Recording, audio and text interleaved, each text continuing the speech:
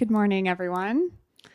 Hello, I'm just going to go over a few items for a brief reminder. If the need to evacuate arises, please leave through the stairwells, which are located through the back door of the hearing room or can also be accessed through these main doors and to the right, and proceed to the designated assembly area on the corner of Granville Street and Nelson Street. Washrooms and a water filling station are located in the hallway directly outside of the hearing room.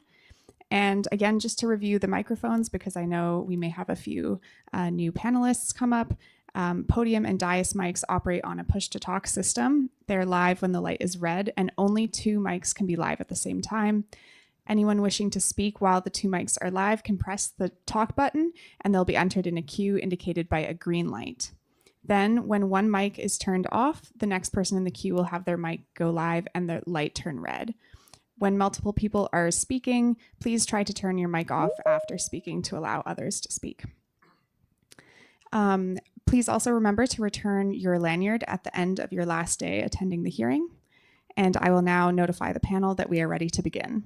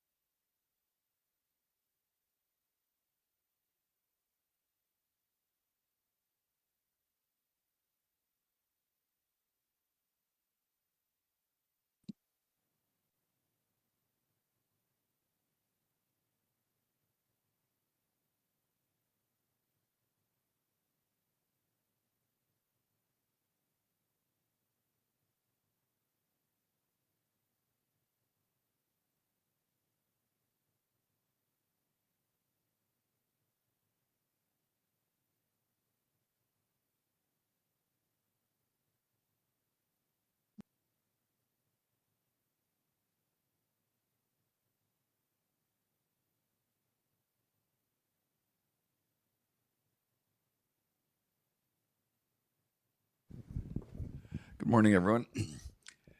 So I guess we're continuing our cross-examination of this panel. Mr. Bear, I'll hand things over to you to let us know where we're at. I understand BC Hydro had one brief matter they wanted to address at the Right, outset. of course. Please go ahead. Good morning, panel. Yes, one follow-up that we have that Mr. Sanvi is going to speak to. We have, of course, been diligently reviewing the transcript each night, and Mr. Sanvi is going to address one matter from an exchange that he had with Ms. Mackey, Council for Zone 2, on Monday, and I will turn it over to Mr. Sanvi for his remarks. Yeah. Good morning. So yes, on Monday, Ms. Mackey and I were having a conversation about Zone 2 Ratepayer Group IR 2.2.4 and Exhibit B29. This is an IR response where BC Hydro was asked by Zone 2 Ratepayer Group about barriers that NIA communities face with regards to self-generation. And Ms. Mackey had asked me whether there were other barriers and whether we would undertake to go and find out if there were other barriers. I didn't take that undertaking. I explained that I think it was an illustrated bullet list. There could be other reasons, and we moved on from there. Ms. Mackey then went on to ask some other questions, and I did take some undertakings on those questions. And so the detail that I wanted to add is that as we've been working on that other undertaking and looking into some details around the NIA, detail that I've become aware of, we've talked about the fact that there are constraints in the NIAs in many cases due to the fact that these are microgrids that are disconnected from the integrated system. And so the detail that I've become aware of as we've been working on this undertaking is that currently BC Hydro is limiting self-generation in the NIAs to 15% of average load. And we're doing that because of the constraints in these microgrids to make sure that we're being able to maintain reliable service. We feel that if self-generation exceeds 15% of a microgrid's average load, that's where we're going to get into challenges in terms of being able to maintain a reliable service in those areas. And so what this means is that in many cases currently in the NIAs, the communities are at or near that limit. And so our ability to accommodate increased self-generation in those cases is quite limited, if not something that we're not able to do. And so in those cases, and so overall, I think when we think about the proposals in this proceeding, we've talked about overall the proposals increasing energy production. We've talked about the community generation rate and being pleased if NIA communities would take that up. And I think that is true. But I think the caveat that I wanted to make sure that I added was that it is unfortunate. The unfortunate reality is that in some cases, in many NIAs, that opportunity is currently not there. So what does that mean? I think a couple things. One is that I think the focus that BC Hydro overall has when it comes to the NIAs is we are working through community context reports for each NIA. The commission will be familiar with those. We've talked about that in other proceedings. And so through those community context reports, we're working with each NIAs to look at, for each NIA specifically, what are the solutions that are going to reduce diesel increase reliability, et cetera, for those communities. And in many cases, as I've said, I think self-generation may not be part of that, at least not currently due to those limitations, but there will be other solutions that we're hoping to advance to achieve those objectives. The second thing I think it means is that with regards to the community generation service rate, one opportunity that I think does exist for customers in the NIA, if they are in an NIA that is currently constrained and is facing these limits, is that they themselves may not be able to take up self-generation as a result of that constraint. They would have the opportunity to be a benefiting customer of a facility in another area that does not have those constraints and take advantage of self-generation opportunities that way. So felt that detail around the 15%, as we learned of it, put into this undertaking was important to add to the record. So wanted to do that this morning. Thank you. Do you have any questions? I don't know if this is the right place for me to ask this question, but maybe it's to leave you with a follow-up to that. From my own perspective, just going through my career, times at which people have said there's a limit on how much. I remember when the Danes were told there was a limit on how much wind they could have, and it was X%, and then somebody figured out a way to go beyond that. I would love it if Hydro even could file later on a bit more explanation about the 15%. Is it a magic number? Could it be 25%? I'm sure there's some kind of engineering basis for that, and I don't want to get too technical, but that's also something that can come up in the community context report, so might not be for this proceeding in any case, but just now that you've mentioned it, I'm interested. When I see a number like that, I get curious. Thanks very much. Thank you. And certainly if there's something we can add in the context of this proceeding, I think we can take that as an undertaking and do that. Thank you. BC Hydro, you're good now? Yeah. Okay. Alex, Mr. Bear. Next party to cross-examine this panel is EcoSmart Foundation.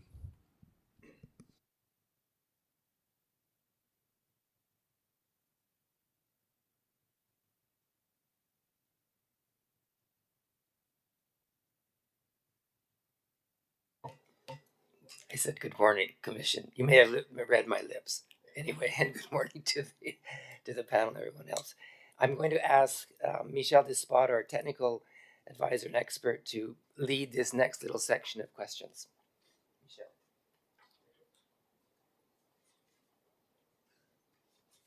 Good morning again. So I have only one set of questions, and it's related to Exhibit B28 PDF 5. And there's a figure there, figure 1, where you have a diagram. Can you see that? And I would like the panel to be a bit patient with me. Those are important question for us. We want to have more detail about, the computer system of the Idaho billing system. Okay, and then you provide this nice diagram that looks like a bit like a snakes and ladder game, but it's certainly more serious than that. The context of this is that, as you know, we have EcoSmart has proposed another system, and we nickname it the Smart RS 2090. And in that discussion came, the rebuttal of BC Idaho that this would be extremely expensive for to implement on the computer system. I think you quote $10 million. And in order to to present our final argument, we need to have a clear understanding of this diagram. It won't take long, but anyway. So, so what you indicate in this figure, those are the components of the system, right? So it could be either a process or a software or system or something. It's something that do something, I would say. Okay, and then you have some line that connect them, and those lines has arrow on both sides. So I understand. Sorry to cut in. Can you guide us again to the diagram we're looking at? Oh, sorry. It's on B28. Okay, hang on. B28. Sorry about that. PDF, page 5. You will see the diagram is standing right away. Figure 1. I believe that would be BC Hydro's response to BCUC IR 2.1.2. Is that correct? Yes, correct. Yes. Yeah. Okay, please go ahead. You have it? Okay. Yeah. So, so the block mean something that do something, any process or something, a component of your system. And I was a bit confused because the line are bidirectional, so you have arrow in each direction. So I guess this is not a flow chart where you have input output, but it's more like telling that those components are related. Is that correct? That's correct. This wasn't intended to be an actual Yeah. detailed flow chart. It was more of an Okay, illustration of how the systems are tied together. Yeah, no, it's good to have that clarification, yes. And therefore, if there is no line between different blocks, it means that they are not related. They would not have direct integrations necessarily, but I wouldn't say it wouldn't be related because obviously data from one point needs to be working its way through the whole process and be consistent and from that perspective. Yeah. So so I think the name of the game is to automate a system that starts with a smart meter on the left, and at the end you have a bill to the right, and then you have kind of a big process that helps to automate this process. Is that correct? That is the core of it. We also then need to have information with respect to how we do financial reporting, load forecasting, et cetera. But yes, that's the core to it. So, yeah, yeah. You can certainly go into the detail, but I try to get kind of an overall, figure of that. So I understand there are many other things to do. Okay, so on the left side you have the smart meter, and this is a Itron open way. Is that correct? Correct. Okay. And next to the right, you have an Itron OWCE. Could you tell us what that acronym means? OWCE? The Open Way Collection Engine, essentially this is the mechanism that we use for communications between the meters that would be on each of the premises, collecting that information and bringing it back to the head end where it then leads into the meter data management system, which is where all the data is. Okay, so OWCE means open way, like the smart meter collection engine. Yes, that is noted in the bullet points below that chart, yes. And the next one, MDMS means? Again, in the bullet point lower on the page is the meter data management system. Okay, so what it does is what its name indicates, it's a system that manages the meter data. That is where all of the Itron data ultimately ends up, all of the interval data, the registered read data from the meters, temperature data, power factor data, voltages, all of the great robust information we have from the smart metering network is stored in the MDMS. Yes. Okay. So it is all about data. Yes. Okay. And next you have the MDUS, which means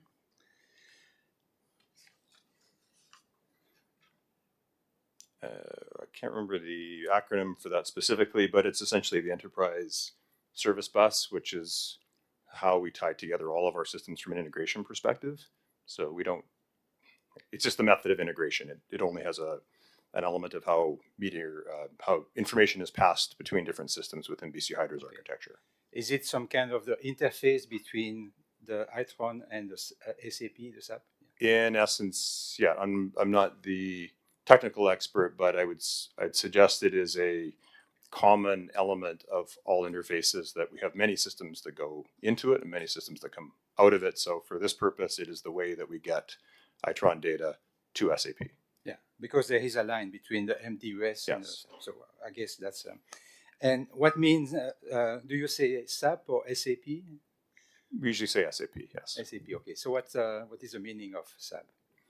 So SAP is our core enterprise resource planning platform. It does everything from our financials to HR, currently does work management. The core element of it from this perspective is our billing systems. It is our customer records.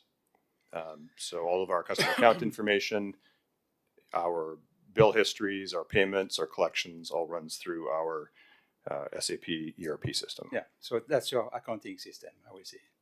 It's much more than that, but yes. More than that, yeah. Yeah, Basically, much more than that, yeah. So if I look at the four box to the left, you have an Itron open-way meter, Itron open-way collection engine, Itron meter data management system, and Itron meter data. I think it's a unification and synchronization. That's a US mean, okay? So if I see that you have some sort of Itron package, like, it's all integrated, right? It's a system that goes with the smart meter. And this is, I will say, one vendor. Is that correct? Yes, that's correct. Yeah, okay. And the SAP, that's another vendor. Yes. So these two different systems. Okay. Yeah. Okay, so now if I'm interested, to just analyze this kind of from meter to bill, process, if there is a line on the top. So I start with the smart meter. And I remember in the old way, the smart meter has a little disc, turning, and you had a little dial that going, that dial will start at 0, and then you have a number, which is, the number of kilowatt it will have consumed since day one. That is correct. It wasn't so smart back in those days. It That's was right. not smart. Yeah. And then you replace this with a digital system, right, which has the same principle. It has some register that start with 0 when they install the meter, and then just count up and up and up. So when I look at my meter, the number I see is the number of, say, kilowatt hour I have consumed since I installed that meter. Is that correct? That is correct, just like the odometer in your car. Exactly, yeah. So, and then I have two registers, one inflow and one outflow. That is correct. Yeah. And they send these two registers separately to the OWCE, to different stream, okay? So is it okay to call what is in the smart meter register? Is that what they call it? Yes, I would call that the register from the inflow register and the outflow register as you've described. Yeah, Yes. because Yeah. your text refer to register. So register is that memory inside the smart meter. It is that element of it as you That element, described yeah. it. Yes, as we've said, there's a lot of data within inside the smart meter, but the register are the two key ones. No, got it. So that's good. And so that smart meter every hour or so send data to the MDMS, and then it gets processed, and it goes on and on. It goes into the SAP, and then it gets into the bill. Essentially, yes. We don't collect it every hour. It's not real time, but a couple of times a day, Yeah. then we retrieve it, yes. So basically, collect, it process, and it make a bill. Okay. Okay, we're good on that. And is it fair to say that all the the data, as you say, is processed in the ITRON system. The ITRON system will provide to the SAP system just what the SAP system needs. It doesn't need all the detail. And then this is the way it goes. Is that the way it works? The meter data management system doesn't process much information. For the most part, it holds data. What happens, for instance, on the billing process, when it is the billing date for a customer, SAP essentially asks for the information for that customer and only pulls back the information into SAP that is needed for the billing. Yeah. So most of the billing processing actually happens within SAP, not within the MDMS.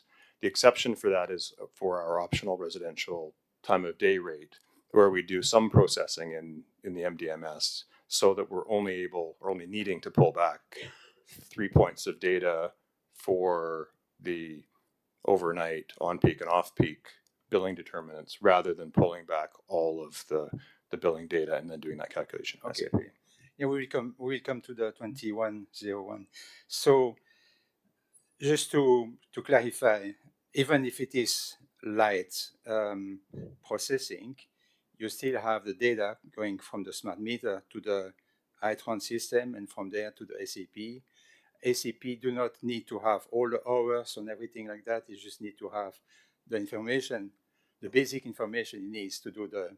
And actually, if you look at, I think, page 7, and you give us a nice picture of a bill, BCUC Howe bill, it shows clearly, how it works. That you have, the end of period register and the beginning of the period, and then they just calculate the difference. I think it's a very simple system. That's correct, yes. Yeah, okay. It's brilliant, thank you. So, will it fair to say that then all the physical data, as you name, temperature and kilowatt and energy, that's in the ITRON size, and all the, accountant, I will say, dollar amount, etc., is on the SAP side. That is correct. Okay, good. Okay, so I'm a customer. I receive my bill. Mr. Despot, I find this interesting. It's an interesting discussion of how this works technically, but I am going to need to have but I realized one could have a discussion like this for several hours. So I need to have a sense of where you're getting to, why you need some critical information from this panel that will help you in your final argument. Okay. Because it just occurs to me this could go on for a very long time, and there are a lot of dollars spinning here. While No, sir, I'm almost finished. Okay, I didn't know that. Yeah, thank you. That's good to know. But you have always a bit of effect of surprise. I understand that, but I think it's legitimate for me to, at some point, after letting you go for 15 minutes, to ask where it's going to. Okay, please go ahead. It is legitimate, Mr. Chair, but I warn you that it has become technical. Anyway. No. Yeah, and I need to know, I want to be able to feel the value of that for the decision that we have to make. Okay, please go ahead. Okay, so we have, but also, I need to understand this in order to do my final argument. Well, if it takes you 5 hours to understand it, then we need to find a different process for doing that. It can't just be through a 5-hour cross-examination. That's not a good use of our time. So I do need you to be efficient in learning about this to the extent needed. So please go ahead. But as you have probably noticed, I understand it, but I want it to be confirmed. Okay, so it will go fast. It will go fast. Yeah. Okay. Still needs to go fast. Now we have the bill and the customer. If he wants to have more detail, he can go to the MyHydro web, which is the block, underneath customer web portal. Is that correct? That is correct, yes. Okay. And so you can go look at full year. You can go back many years. How many more years can you go back? Depends on the frequency of data. You can have hourly data going back. This is a subject to check, but I think it's a year for hourly data. And then as the intervals become longer, then you can go back further. Yeah, I think so. I think if you ask for long, you can ask for it. Okay. And I see the line going back to a smart meter data repository. I think this is where all those hours are stored. Is that correct? Yes. Yeah. And that's a database, Oracle database, correct? I don't know whether it's an Oracle database or not, but yes, it's essentially. And then you have a connection up. So that database is related to the MDMS on the top of it. Yes. Yeah. Well, there is a line. Yes. Okay. So in your discussion with us about the Smart RS 2090, you have indicated that it's hard for your system to process time-based data. And my question is, you don't have to respond, that's explain, a bit of the reason for this. So, and also you explained that what we're asking will create a big burden on your storage system.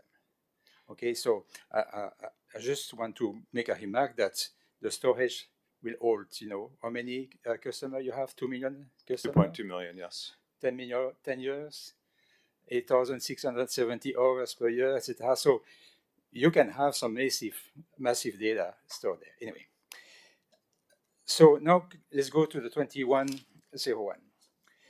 The 2101, as you indicated, is a system that allow to pay different rates for different time of the day. Do you agree with that? Yes. Yeah. So do you agree that in order to know those periods, you need to know the time? Yes. Okay, so you need to know if it is between 9 p.m. and midnight, etc. Okay. So that will require a time-based functionalities in the system. Yes, that's correct. And that will require the MDMS or whatever he's doing to be able to process this time-based and send it to SAP for the accounting. I wouldn't characterize it as needing to do that. BC Hydro chose to do that. Okay. When we implemented our time-based billing infrastructure project in support of our optional residential time of day rate and other time of use rates that might come along, we made the architectural choice to do that calculation within the MDMS system rather than transferring the data to SAP because that was more complex, more costly to do so. Okay, but the answer is yes, it can do time-based processing. It is a customization to the meter data management system to do it, but we were able to do it, and other utilities have done that approach as well. Yeah, and you do it. And we do that now. Okay, so the answer is yes. Okay, so now if I understand well, so this is enough for this RS 2101. So if I understand well, you have a billing system that allow to do automated processing from the meter to the bill. There's no human intervention whatsoever. It's just, get automatic. Now, for IPPs, independent power producer, they have this SAP also process the accounting, the billing for the IPPs. As well as for our industrial customers, yes. For everything, okay. Yes, those do come from different metering systems, I would point out. I'm going to that, yes. But I think it's an important differentiation. They do not flow down the path which is described here because that's a different metering system, different meter repository, and so it's a very different approach than what's been described here. Okay, fair enough. So because I've been working on some of those IPPs, I know the type of system we have. The meter is not Itron, as you say. Right. Okay, I think it has a Star Wars name like H502 or something. So it's called a revenue meter. So the question is, does the system also calculate automatically from meter to bill for IPPs? IPPs are very simple from the perspective that I'm not an expert in the IPPs, but as I recall, most of it is at most high load hours and low load hours differentiation of pricing.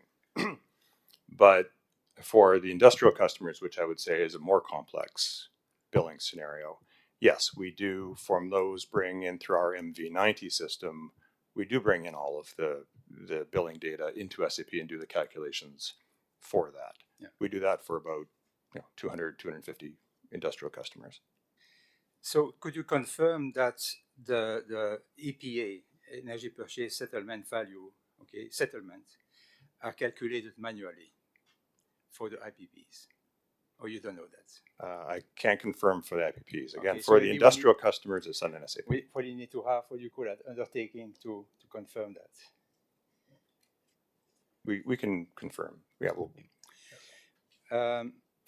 For you have to confirm, so I cannot, rely on what I say. But I know it works. No, yeah, so And- we will. Yeah, we okay. will confirm that. And the way it works is that the IPP need to prepare a spreadsheet, an Excel spreadsheet. So the way it goes is that IPP goes to your the IPP MyHydro, this kind of repository, pull the 1 month of hourly data, put that on a spreadsheet, send the spreadsheet to BCUC. They will verify the spreadsheet and enter it manually into SAP. That's all. If it is not true, maybe you can, later on confirm or. So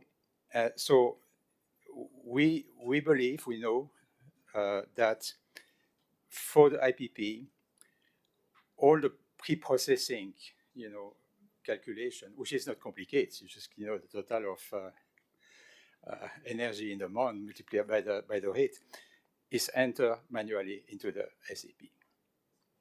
I can't comment on that. My department doesn't do the billing for the IPPs. Okay, and so do you know how many IPP there is in?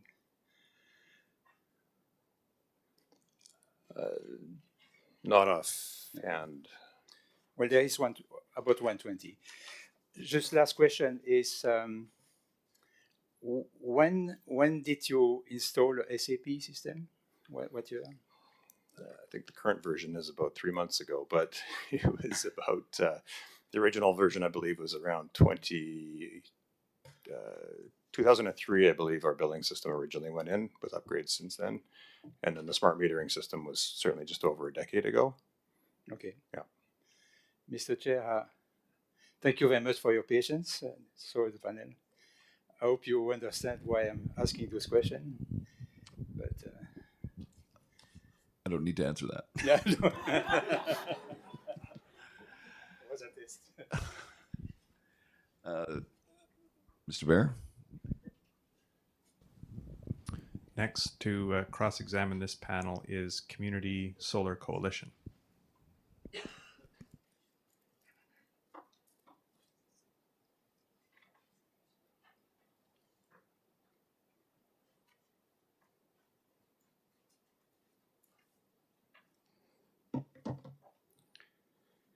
Good morning. I've got a preliminary matter that's come up just during the course of the hearing. It's a question for Mr. Sanvi.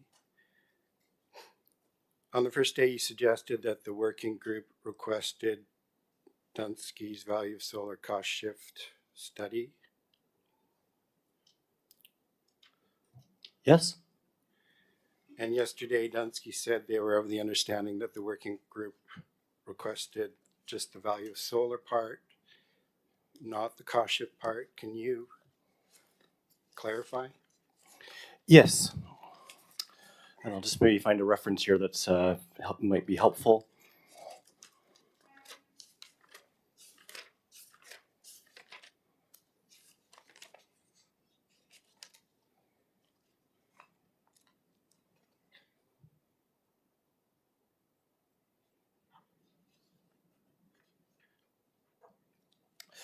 So I'm looking at Exhibit B1, that's BC Hydro's 2024 rate design application, Chapter 3, Section 3.4.3.5. In that section, we say that there are many different perspectives on the value of solar, and that more time is required to consider these perspectives. We then go on to say that we are committed to continuing to engage with the net metering working group on those discussions, and we are committed to funding an independent third party to assist with this work. That independent party became Dunsky, as I think discussed briefly the other day. The process in terms of how we got there, we had conversations with the working group and actually most particularly Community Solar Coalition about, okay, who could do this work. Mr. Rabago, who had been retained by Community Solar Coalition, said, I'm aware of Dunsky, they do this kind of work. Mr. Rabago helped us connect with Dunsky. It was kind of serendipitous in that Dunsky was already doing work for our energy management group, so we kind of went, oh, this is great. You're already doing work for our energy management group on solar adoption. Mr. Rabago indicates that he knows you and that you've done this kind of work. Please send us a scope of work in terms of what you would do. And as I recall, it was Dunsky that said that included in their scope proposal a cost shift analysis, and we received that scope proposal and said that it looked good to us. Please proceed. Thank you. So Community Solar's filed 2 aids to cross for this cross, and I'll be mentioning when they'll be meeting.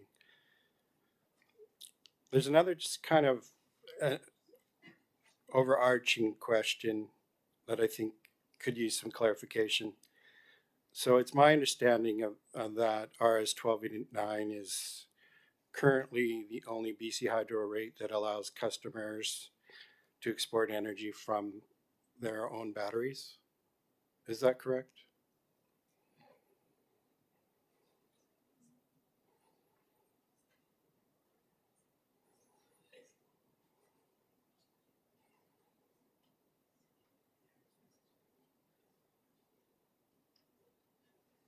I'll take that one. So I think I kind of would split the interconnection process into 2 halves. One half is the interconnecting the generator, and then the second is like the energy procurement offer or the rate schedule where you get compensated for the energy. So yes, RS 1289 is the only rate schedule that we have to compensate energy going into the grid, but there are other avenues to connect batteries, other generation to the grid. Through rates? So our RS 1289 is the only rate schedule for that. And so I'm just wondering if batteries are fundamentally a part of 1289 or the other customer rates. And it sounds like they are, because they're the only avenue for batteries to be on the grid from the customer side. So as I mentioned, like you can interconnect batteries for whatever purposes you have through an interconnection process, but there is no other kind of rate schedule or procurement opportunity at this time. So this rate schedule is... So for the average customer, yes, it would be the only rate schedule. So batteries are fundamental to these rates that we're discussing here.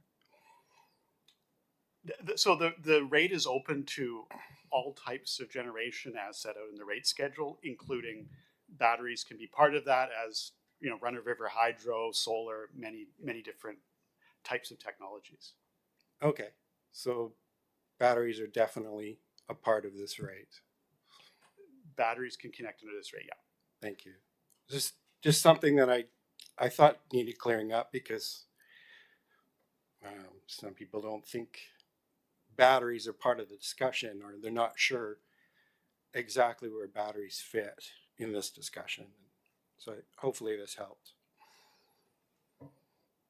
And then even just to this morning, I've got another question for BC Hydro. Does BC Hydro recognize that there's some jurisdictions that are meeting more than the 15% of their load through distributed generation? I'm thinking of like high penetration areas at certain times of the year, like Hawaii or Australia. So are you talking about the integrated system? Yeah. Yeah, so in the integrated system, we don't have a percentage of load criteria for connection. So some feeders, we have 15 megawatts of generation connected, and maybe most of that flows back into the transmission system. So it's not a limitation on our system. You're saying you think that some of the distributed generation is flowing into the transmission system? 100% it is, yes. And substations are able to manage that? Yes. So there's no issue of backfeeding a substation? There is, I wouldn't say there's no issue. There are technical considerations we have to take to allow that backflow. Quite often there's upgrades to protection systems. That's probably the big one. But no, there are technical solutions to the problem. They tend to be very expensive. But you can confirm it's actually happening today? I can confirm it's happening today. Through these rates, or is it more of an IPP? It's generally driven by IPPs, not through these rates. Are you aware of anything on the distribution system through these customer installations that are currently backfeeding a substation? I look at total generation. So total generation, yes. Do I have feeders where there's large IPPs and distributed generation where that energy flows back? Yes. But on isolation, if I only have self-generation customers, generally the highest penetration is in the 1 to 2 megawatt range. So likely not. So in a 1 to 2 megawatt penetration on a feeder, roughly how much penetration is that compared to, say, a 15% number? It depends on the feeder. Do you have any ideas, like an average or low or high range? I'll say in general, kind of our penetration levels are low, and it's something that we generally manage within the existing system. By low overall, it's like less than 0.3% of the overall load. Is that true? So on average, it is I would say less than 15%, the number that you threw up. Less than 15%. So the overall, like, what is it, 130 megawatts of customer generation through these rates is lower than 15%? On a specific feeder, yes. I'm not sure I'm getting the granularity here that I'm looking for. So how much penetration from these rates is on these distribution feeders? I don't have those numbers in front of me. And your best guess is on average, or even on the high case, is what? So as I mentioned, like we look at generation as a whole. So the numbers we're talking about a rate here with specific customer located distribution generation. Yeah, and I say I don't have those numbers in front of me today. Thank you.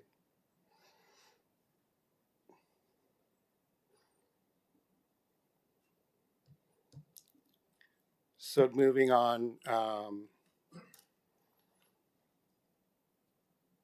these two new rates, 2289, 2290, are retail offerings. We understand that. I know a lot of this is on the record, so I'll just quickly buzz through them.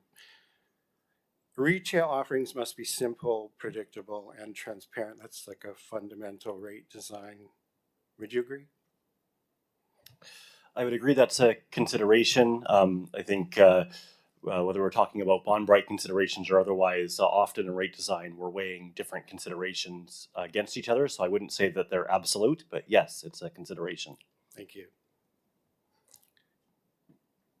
And the valuation that has been used for these rates uses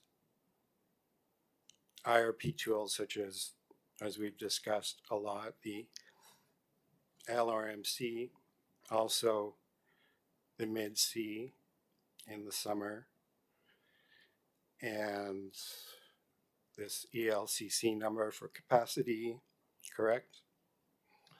I would say that's correct. Those are all things we've discussed. Although I would say that this panel is speaking to implementation and net injection limits. So I think those topics are outside of the the scope of this panel. Certainly they're topics I'm aware of, but they're not within the scope of this particular panel. I mean, to understand this panel a little bit better, don't we have like customer service person on this panel who has to explain rates sometimes to customers, like the customer facing part? Yes. So would you be able to speak to the simplicity of the rates and the complexity of the valuation when you're talking to customers? I think the rate itself, and we haven't at this point scripted out how I would have a contact center agent, for instance, speak to a customer about that, but I would not have our contact center venture into the area of the valuations regardless, because our job would be to make sure that we are managing the rates as they are in the tariff and to be able to explain how that calculation works. And I think in terms of being able to describe that, of as we've just talked about in the last round of questioning, it's an inflow and an outflow, and they're priced. That shows up on the bill, and it's easy for a contact center agent to describe that. I think the valuation of that is going to be very specific to a customer, and is more likely to be the solar providers who have access to the tools to do that, not a contact center agent. So if a customer calls up somebody in your department and says, I noticed the values changed, the kilowatt hour is no longer applicable, you would basically tell your staff that don't bother getting into the weeds of how that value is arrived at? Sorry, I thought you were referring to the evaluation of the solar on a specific household, for instance. No, certainly when it comes to the billing mechanics, if you will, about how the math works, that is something that we describe. And there will definitely be, I'll acknowledge for our current 1289 customers, as they roll into 2289, there will be a transition period that we'll have to manage and make sure that everybody who's a 1289 customer understands how their bill will change, and that is part of our rollout plan for that. But you won't talk about how the ultimate number was derived. Could you please confirm what ultimate number you're meaning? Whatever value number we give to this kilowatt hour. No. The panel gives. No, the pricing description that we would have would be based on what the tariff is at the time, as we would do with any other rate. Okay, thank you. Now the section. So BC Hydro has been aware of the Community Solar Coalition's community net metering advocacy, which goes back to 2015, correct? I would say myself personally, I think I've probably been aware of the Community Solar Coalition since 2019, when BC Hydro advanced its 2019 net metering application. In around that same time, I think, was when we were advancing the 2021 Integrated Resource Plan, and I think Community Solar Coalition was involved in that as well. So for myself personally, I'd say from around that time, certainly others in BC Hydro may have been engaged with the group sooner than that.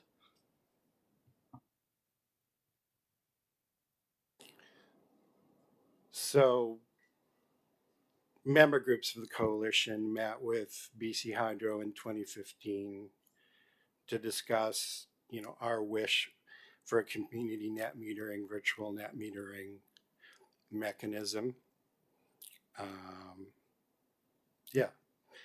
And BC Hydro retained notes or minutes of that meeting. I don't know. I wouldn't have been part of any discussions in 2015. So the coalition requested those notes to be provided to the working group. They weren't provided. Can they be provided as an undertaking? I don't recall that request. Certainly we could see if we have the notes available and file them as an undertaking if we do. Thank you. It just goes to how the working group unfolded and whether the models that we brought forward and the examples were addressed in this proposal for 2290.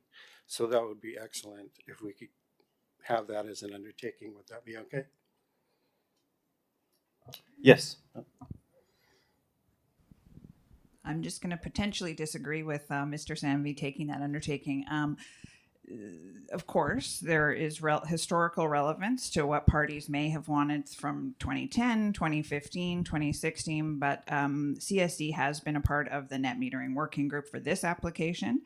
We have all of their engagement through materials on the record. Dunsky has provided a very extensive appendix which talks about all the feedback received through that engagement.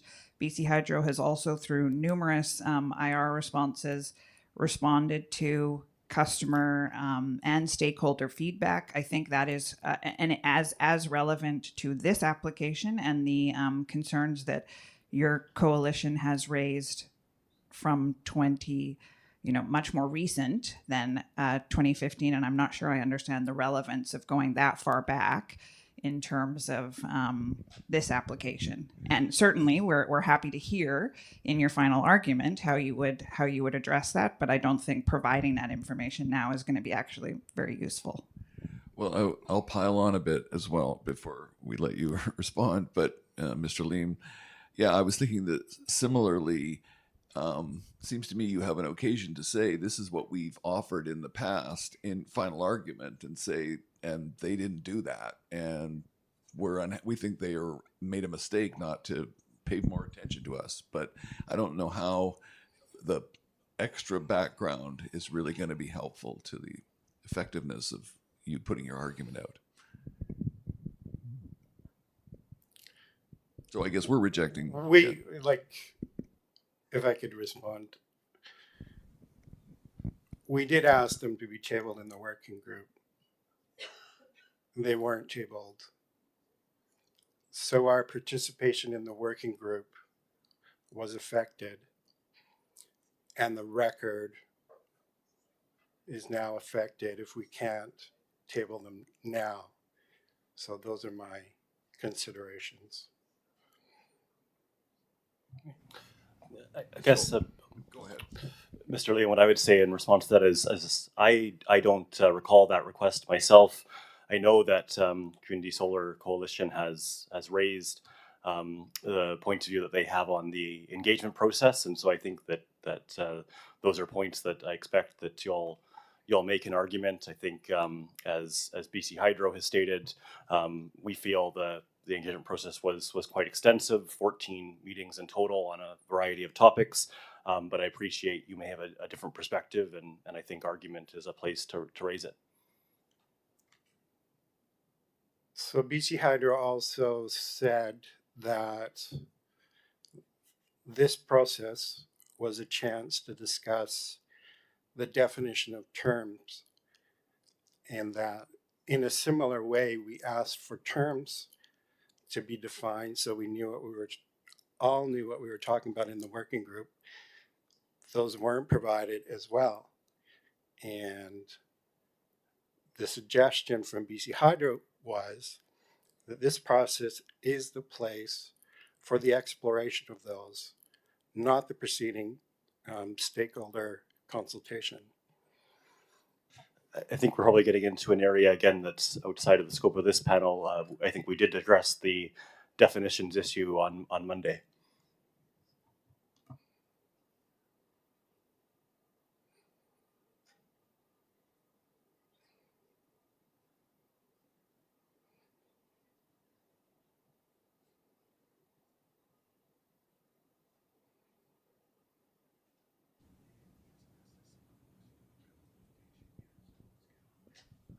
Yeah. Mr. Bear, what's your view on this?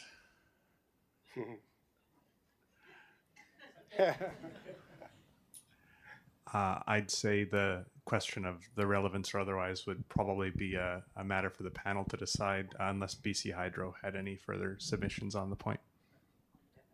Yeah.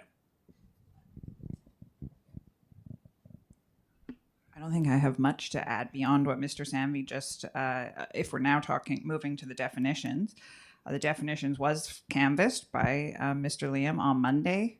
Mr. Sanvey has given a response.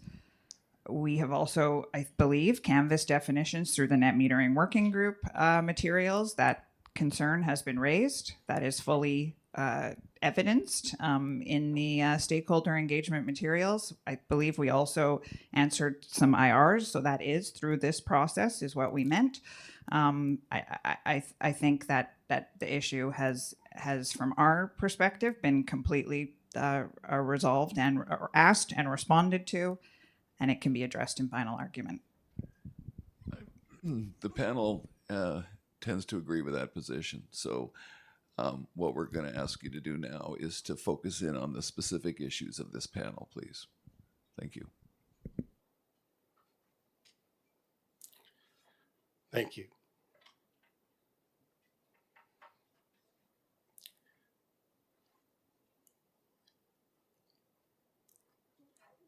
I'm sort of risking that this might not be for this panel, but to be honest, I'm not entirely clear the scope of this panel versus the previous BC Hydro panel, so here goes.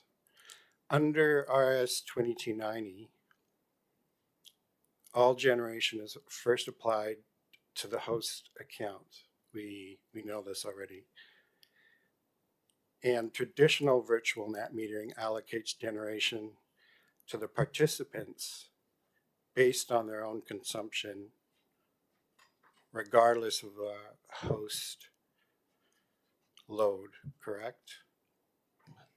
I wouldn't agree with that statement. I think on Monday I read into the record a definition of virtual net metering that was provided by EcoSmart. That definition does not contain that stipulation. I think that probably goes to my earlier point of I think different folks have different definitions of these particular concepts.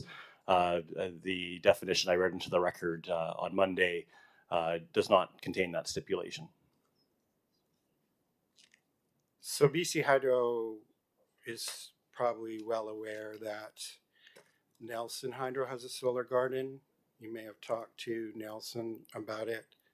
Also, Newest Minster has a solar garden. This is the virtual net metering model, the community net metering model that our interest is in specifically. The Nelson Hydro project is 9 years old, and the newest model is 7 years old.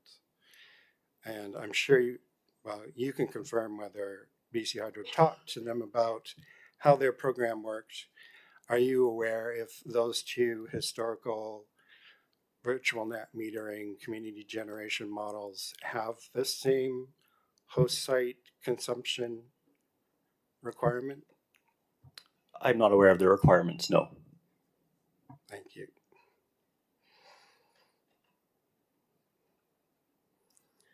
So following this, I think you would agree that capital projects require predictable revenue streams for financing.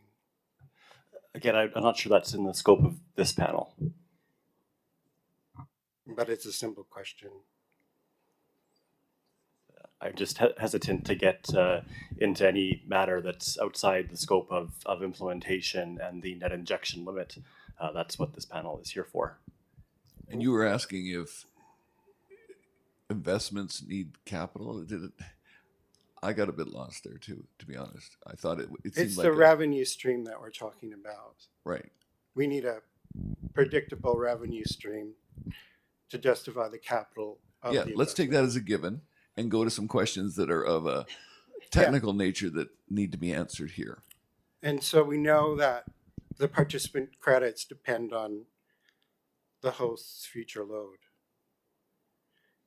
And the participants who are the investors in this project ultimately, they don't control this host load. Is that correct? That's correct. And participants cannot predict the host load over, say, the 20, 25 years of the project life.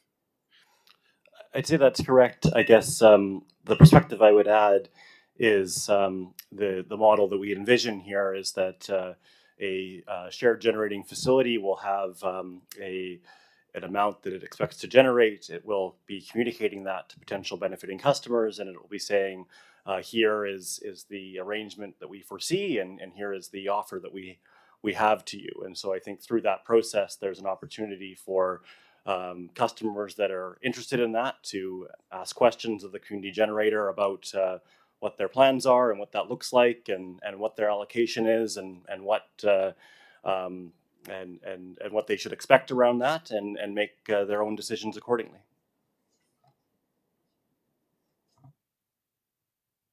Thank you. So this is related. I'll get to it quickly. So BC Hydro and Clean BC encourage electrification, correct? Yes. Electrification increases load in general, correct? Yes. So increased host load increases the host consumption of this project generation, correct? Sorry, could you repeat that? An increased host load increases the host consumption of this generation. Yes. This reduces the generation available for the participants who've invested in this project, correct? All else equal, I suppose that would be true, yes. But in terms of what it would mean for a particular benefiting customer's allocation or the facility overall, I think those would be details that would be determined by each community generator customer, and in arrangement with the benefiting customers they have. So for example, the host might say, we're expecting to generate this much per year. And then you can get your value from what we generate, but please be aware, if we electrify, if we put in car chargers, if we change our heating to heat pumps, if we electrify, what's left to share might be different in the future from what we're offering you now. I don't know that I can speak to how community generating customers will be communicating the specifics of their arrangement to their benefiting customers. I think, as we've discussed in the proceeding, those are going to be commercial arrangements between the community generator customer and the benefiting customer. Mr. Sanders, I think, spoke yesterday about the mechanisms that we'll have in place to assure ourselves of the benefiting customer's agreement with whatever specifications we're carrying out, if we're doing that for the community generator customer through the optional billing service. But generally, these are all details that are going to be between those parties to arrange. But can you agree that if the generation was shared regardless of the host load, it would be more like, you know, a simple RS 1289 calculation? I'm not sure what you mean, regardless of the host load. Well, I think we've established that the host load can change over time. It's not predictable necessarily. It's not controllable by the investors in any way. And that has real implications when it means how much is shared, how much return on your investment there is. Is that not clear? No, I take the point. And so this rate isn't exactly an equivalent to the rate that a homeowner can get through the other rates. I think that's correct. I think we've said in our responses that we're not setting out to make 2289 and 2290 equivalent per se. I think this is an issue that EcoSmart has explored as well, and I think what we've explained in our responses on that issue is that that we do have options in terms of if we wanted to make the two equivalent, but essentially what that would mean is either taking kilowatt hours that under BC Hydro's proposal would be compensated at the energy price, and saying, okay, nope, instead of doing that, we're going to compensate them at the retail rate instead. Our view would be that's not appropriate because we are essentially going to now be deeming kilowatt hours to be overcompensated. Our view is that's unfair to other ratepayers. Our other alternative would be to say, okay, well, in order to make 2289 and 2290 identical to each other, we're going to move 2289 to a buy-all-sell model, and we're going to pull the generation and consumption behind the meter apart for customers on 2289. We think that would be a step too far for 2289 customers. So I think we recognize that the two rates aren't equivalent in that respect, but our submission would be that endeavoring to do so would have those consequences I just described, and therefore we feel the place we're at is the right place to be. And you also recognize that there's existing historical community generation projects at other utilities in the province who have figured this out. I can't.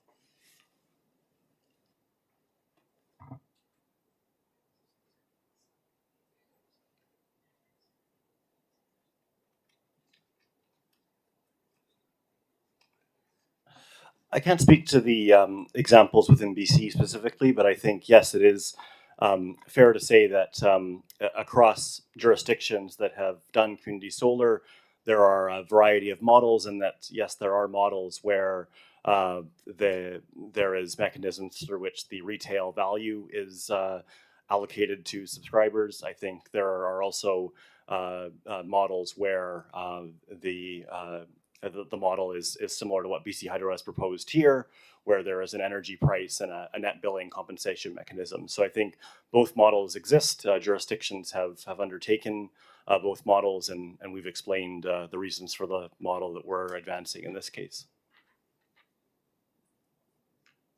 So one of the examples I think that's been brought up is like multi-unit housing. They obviously have roofs that solar panels can go on. And through this rate that you're proposing, the host load comes off the generation. We understand that. If somebody who lives in that apartment decides to invest in the solar, and the owner of the host, the apartment owner, decides to put in car chargers, are they essentially getting that energy for free because they get to use it, and the people who invested in it don't get to the credit for it? I'm afraid I'm not following why they would be getting it for free. Well, because the people who've invested in it only get to share what's left over after the host consumes it. I apologize, Mr. Liam. I'm still not following.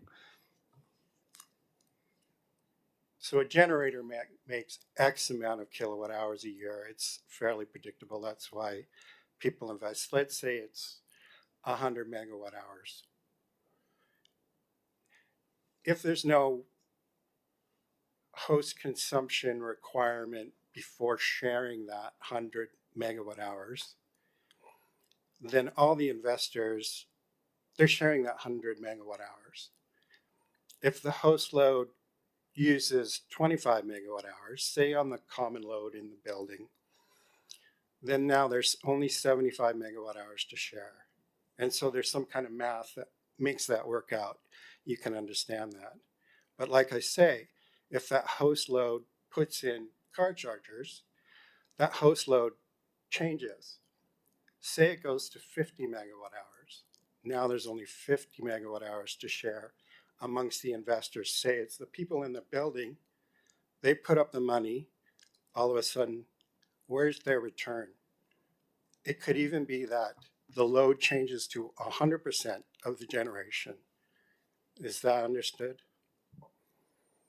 I think I understand the point you're making. I would suggest that there are, for instance, in this strata example that you're using, there's a number of different considerations for how that might be structured. For the starting point, whether or not 2290 or perhaps 2289 would be most appropriate for the strata council, for instance, to, if they're going to make an investment in the building, perhaps by offsetting building load and allowing all members of that building through their strata fees, for instance, to be benefiting. That would be one mechanism that they can take. I think one of the angles that, or one of the opportunities that customers will have through these choices of rates is that they can find a model that might work best for them. I understand what you're suggesting in terms of a single investor within a building, but I think going in with your eyes wide open and understanding as a consumer what your options might be and how that might affect you is going to be very important for that. And I think from our role, that we can help customers understand the issues and the structures and make sure the information is available to them so that they make good choices. But ultimately, that consumer is going to need to make a choice about what structure of project that they might choose to invest in and how it's going to impact them, as well as how their contract with their host also works together. So am I hearing that we already have a rate that works for shared generation? Like if 2290 doesn't pass, you suggested like a strata, for example, could use 2289 if that passes. In that example, yes, because you have a shared ownership of a building, for instance, already, and the way that the benefit would flow would be back through their strata council costs by reducing their electricity, and then the strata would be the 2289 customer that would have the earnings that would then go back to subsidize other building costs. That is a possible model. But then, of course, we have the examples that are given with the solar garden where there essentially is no host load, and there's nothing to offset, and almost all of that would be exported to BC Hydro, in which case there'd be less of a concern about, in that scenario, less of a concern about adding load behind, because there wouldn't be an intention of having a solar garden with load. There's no requirement to have load to have 2290, for instance. But there's nothing preventing even a solar garden from adding load, regardless of the implications for an investing customer, correct? There would be nothing within the tariff that would prevent that. It would be an element of the contract that the solar garden would have with its benefiting customers that would be setting expectations and obligations around that. And you've just described that a strata can take advantage of, 20 or 1289 or 2289 because they essentially co-own the property. But other renters aren't in the same situation where they have an ownership stake in their dwelling. Is that correct? That is correct. And so 2290 would be generally more appropriate. It kind of solves that problem. Depends on the nature of the building, and that is why there's options between the rates. But there's a big difference between the rates in this host load question. The one already has a mechanism basically to share that generation. The 1289 or the 2289, that's already baked in if you co-own the property. That's what you described. That's correct, yes. But in 2290, we have this other factor. I think is this understood? I'm hearing that we've covered this, Thanks. and so I'm hearing things you can say in argument. I think this panel, I know their answers now for each question you're going to ask. Okay, I'll move on. Yeah. So yesterday we discussed the participant size limits. It was, I think, 24 kilowatts for residential and 100 kilowatts size limits for general service. I wouldn't characterize them as participant size limits. So the way that those figures you referenced work is that it's a way of prorating the maximum 1 megawatt net injection. So if a shared generating facility has 42 residential customers, 42 times that allocation of 24 kilowatts gets them up to that 1 megawatt maximum. Below that number, it'll be some prorated version. That doesn't mean that an individual benefiting customer on that shared generating facility has to have an allocation of 24 kilowatts, or couldn't have more than 24 kilowatts, or couldn't have less. They may have some other allocation based on what they feel is appropriate and what the shared generating facility is offering. Those increments, the 24 and the 100, are simply a way of prorating the maximum net injection. At least we hear. Okay, thank you. That clarifies things for me. Maybe live TV. Are these limits like those are capacity limits? Is Okay. I don't know. Are they AC or DC? We don't have. I don't. What happened? Do you want to do this? They're AC. And with net injection, that's being measured at the point of interconnection, so it'd be AC power. And so we know that the generator can be larger. It can be larger both on the AC side, the inverter side, and it can be much larger on the DC side if you use your typically you use a AC DC ratio for this equipment, so you can have quite a bit more capacity on the DC side. Say even some projects even do double, so you could potentially have 2 megawatts DC, say 1.5 megawatts inverter, but you're capped. You can only net inject the 1 megawatt AC, correct? That's correct. And so the participant size limits are only based on that AC side. Based on the net injection. Yeah, okay. And so the shared generation is the AC generation. I'm taking it. I'm just wondering if there's an issue of participants essentially being sold or allocated capacity on the DC side without realizing that there's a difference between the AC and DC. I think that goes back to the business arrangement between the person operating the facility and the subscribers. Okay, thank you.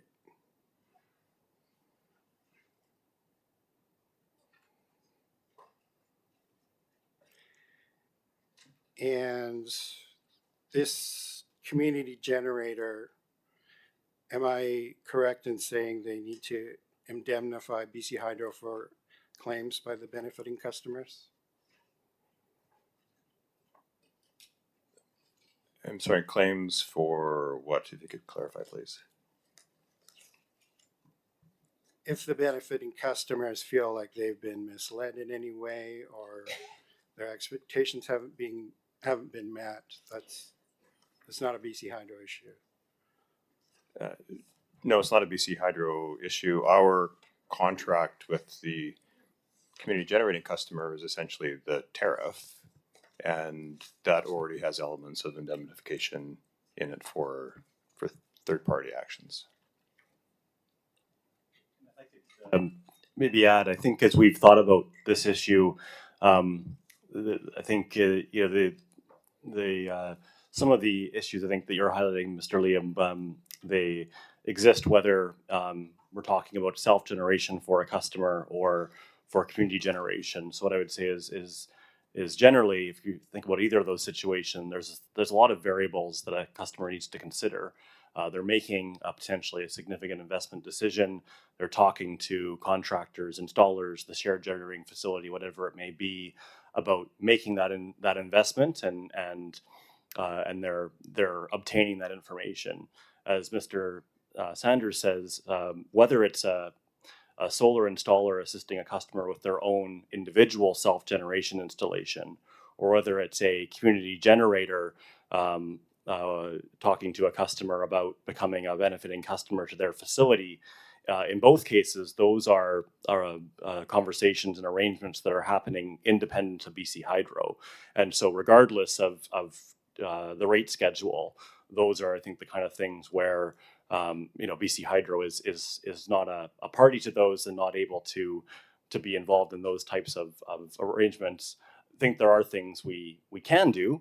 One of the things that we've offered in that regard that we talked about the other day is providing a website that provides information to customers so they can understand the different offers that are out there and make an informed decision. But those offers are offers that BC Hydro is not party to.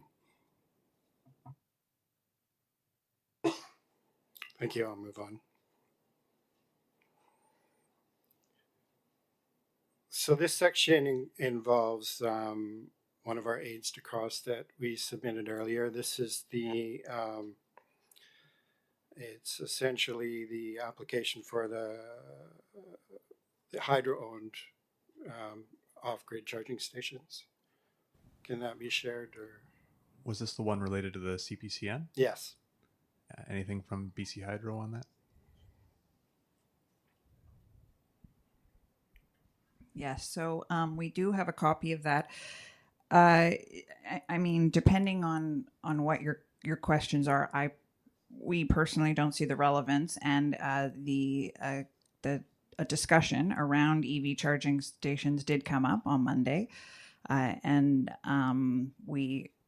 Sanvi answered to the best of his ability, but didn't have further information. Mr. Chair did make a ruling on the further relevance of questions related to EV charging stations. So I would argue that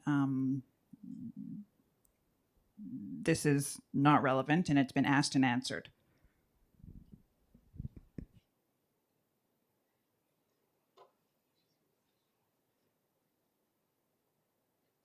Surveyor, help us out. I suppose, and I might give BC Hydro a further opportunity to comment on this. One option would be just to circulate the document and have a discussion about whether or not it should be marked as an exhibit, or I don't know if BC Hydro had any further thoughts in that regard.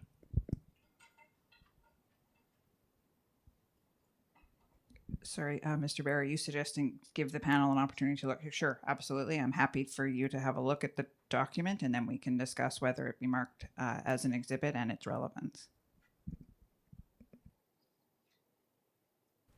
So with that, if the panel's happy with it, we could have the hearing officer circulate the document and then any discussion about relevance and marking it as an exhibit could take place after that. Sure. I understand it should be circulated shortly. I'll make a note when it's available. Okay, we'll just pause briefly. Do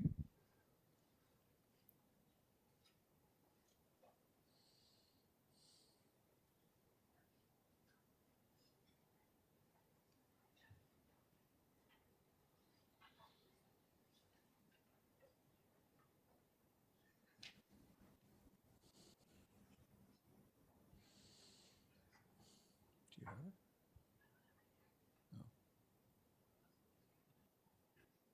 It's probably because I got them back.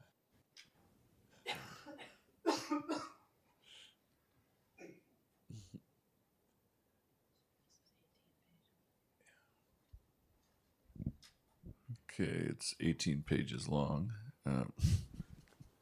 So I believe it should be in your inbox then? Yeah. Okay, so I think we could probably proceed with perhaps putting it to the witnesses, and any discussion about relevance could then take place. Sure. Yeah. Thank you. Page 8 is the relevant page.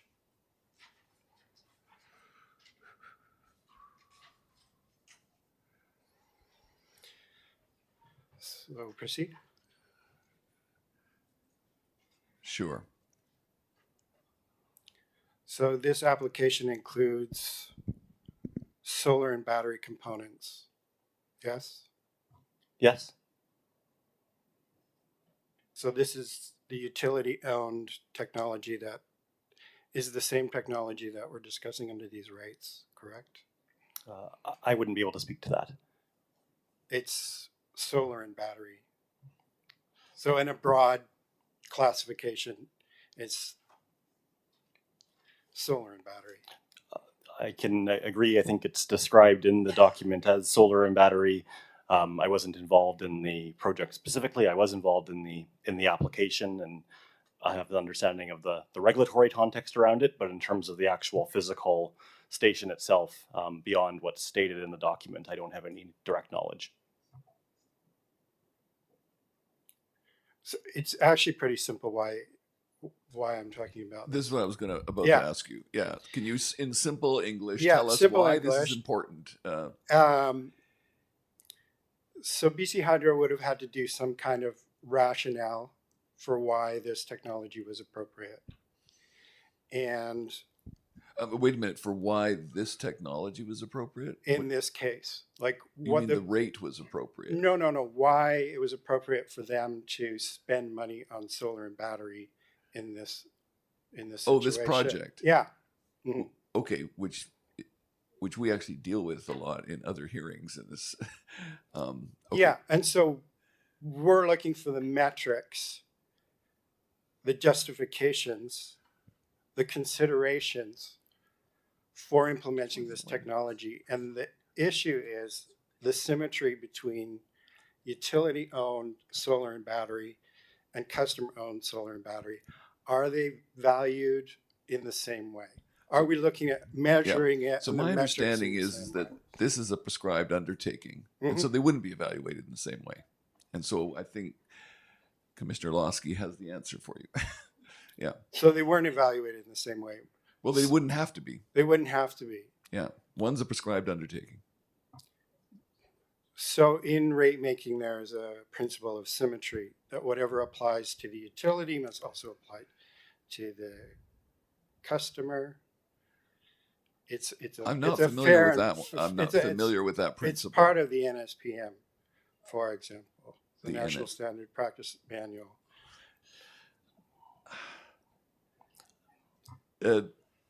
So So I'm not sure I'm going there with you. What you asked about was, you said this was relevant. My understanding it's a prescribed undertaking. So if the argument you're trying, and if it's an argument you're trying to make, you can still make that argument. yeah, But I don't think you're going to get this panel to agree that how the rate is working will be identical or in some way similar or comparable to this prescribed undertaking. So I'm going to rule out of order questions on this. Thank you. okay, Move on, please. thanks. Just one, preliminary matter arising from that. Any objection just to marking this document as an exhibit to provide context for this exchange, with the understanding that it will be this discussion and the witness's testimony that forms the actual evidence on the record? I don't have an objection to it being marked as an exhibit if it's for context, and we'll deal with it in final argument. And I think that's probably a good idea because we did rule questions on this out of order. So we kind of do Yes, need to have this exactly. as an exhibit. Okay, great. Thank you. And sorry, just one more matter. I understand Mr. Andrews may have raised his hand online. I'm not sure if he had anything he wanted to add at this stage. If I may, just briefly, I'm concerned Not that this. Can you hear me? Yes, we can hear you now. Please go ahead. I don't have a submission on that specific question that the panel has already ruled on. I do have a more general comment that the cross-examination appears to be exceeding the amount of time that is proportional to the benefit that the commission panel would be receiving from the information provided by the witness panel. And given that BCSEA is at financial risk here, I'm a bit concerned that that matters for argument ought to be left for argument, and that the purpose here needs to be limited to what evidence these particular witnesses can provide that hasn't already been provided. That's my complete submission. Thank you, Mr. Andrews. Your point is taken by this panel, and I will say we are trying to remain attentive to that objective as well. It's difficult on a question by question basis. Sometimes we need to allow a question to see where it's going, and then we may react to it. And so, yes, I will ask again the cross-examiner to really be focused on thinking about the cost of a process like this. Can we get value from it? And that would be to be asking questions that are specifically related to this panel and not making points that you can and will make in argument. Thank you. Yeah, okay. And I'm just looking to build the evidentiary record of things I thought was missing, but I take your point. And apologies, one final interruption from me before we continue. I just wanted the hearing officer to have an opportunity to note the exhibit number for that document. Yes. This document is now marked exhibit number C10-30. Thank you. Please go ahead. We'll do another 10 minutes or so of questions and then take a break. So my next section also involves an aid to cross. This is the NREL study. Sorry, could you clarify the document once more, please? The NREL study. We'll circulate that momentarily. Unless there's anything from BC Hydro? No, thank you. I'll let you know once it's available.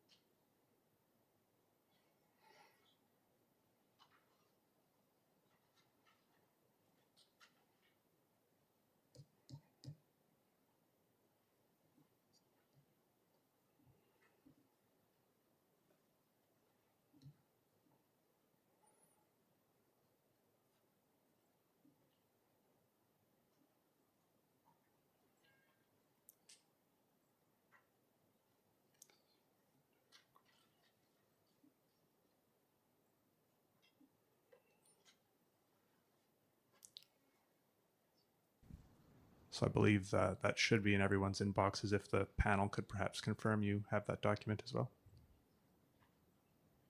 Yes, we do.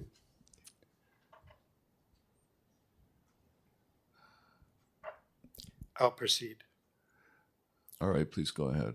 So we did a little cover sheet for that to make it really easy for you to find the specific submission we're interested from this study. And it's from the executive summary. There's basically, we're talking about 2 sentences where this study's sort of a discussion about smart inverter functions and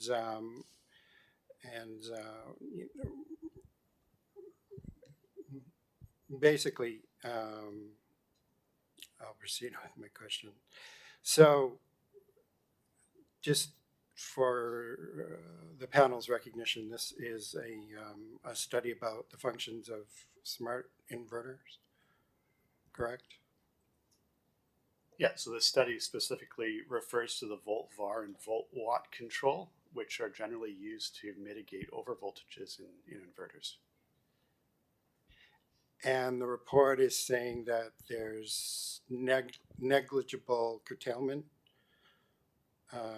It says curtailment of energy production is negligible using these functions, correct? Right, so the report was done for Hawaii, and it does say that in Hawaii, there's negligible curtailment. So basically, does BC Hydro accept the conclusions? Do they acknowledge the value of this report? I would acknowledge that it speaks to Hawaii, but I whether it speaks to BC Hydro or not, I wouldn't think so. Maybe I can give you kind of our experience on voltage control. In general, we can connect most inverters without the requirement for voltage control, so which is no curtailment. In very certain key situations, there is issues with over voltages with the connection of inverters, and in those specific locations, we have allowed volt VAR control to address those issues. One of the things to comment is that, you know, in a lot of our rural distribution feeders, the feeders are very long, and the voltage tends to be very high at the substation or after a voltage regulator, and then it drops along the whole feeder. And so generally the customers who complain are the ones like right beside the voltage regulator, and kind of, you know, it's a historical way when we've designed a distribution system that we tend to push the voltages up instead of installing more voltage regulation equipment to save money.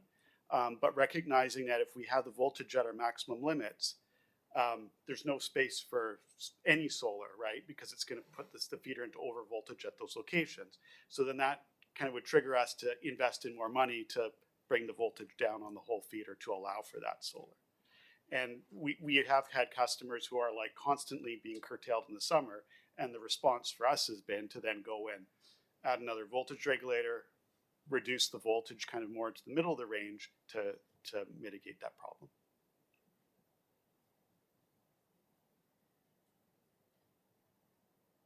Thank you. So another related section. BC Hydro has testified that about 12% of self-generation applications are on these kind of constrained feeders. Is that correct?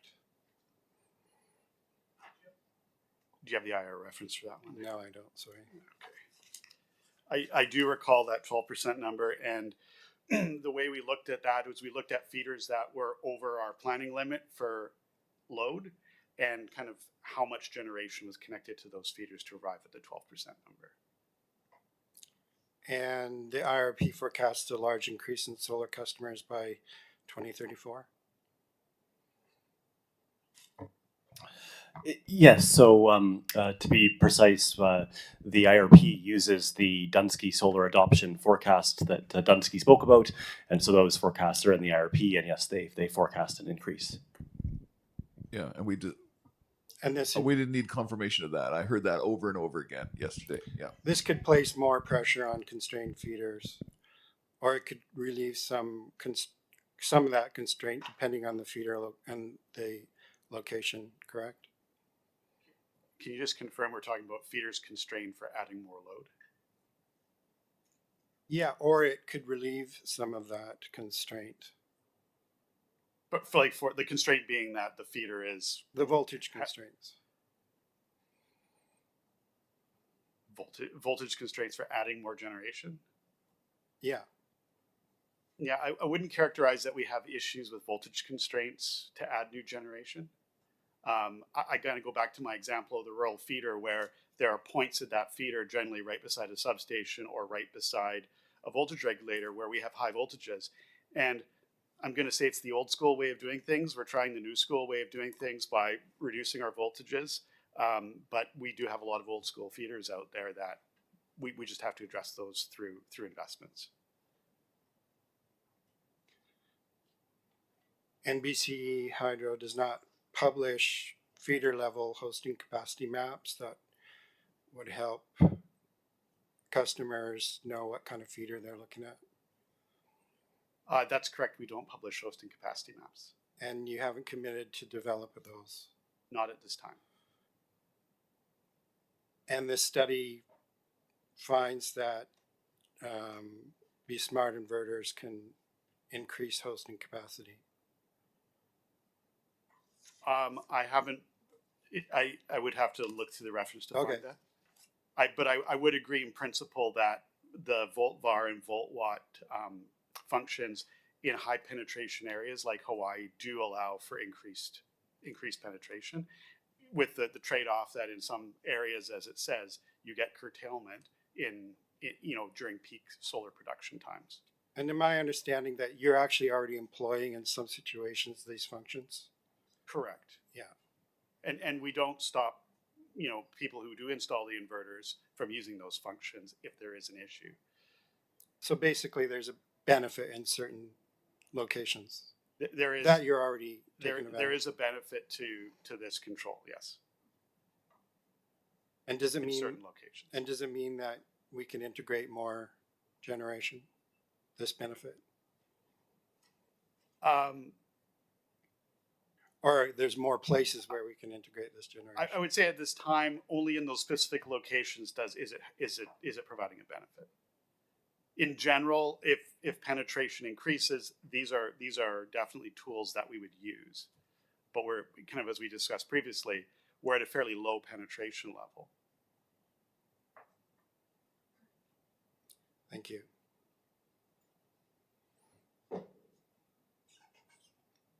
We've had a lot of talk. This is a completely different section, by the way. Okay. Can you give me an estimate of how much longer your questions will take?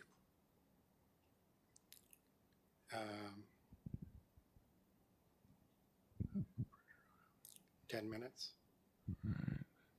Okay, we'll if everyone can survive, we'll go 10 minutes before our break. Is that fine, panel? Yeah. Okay.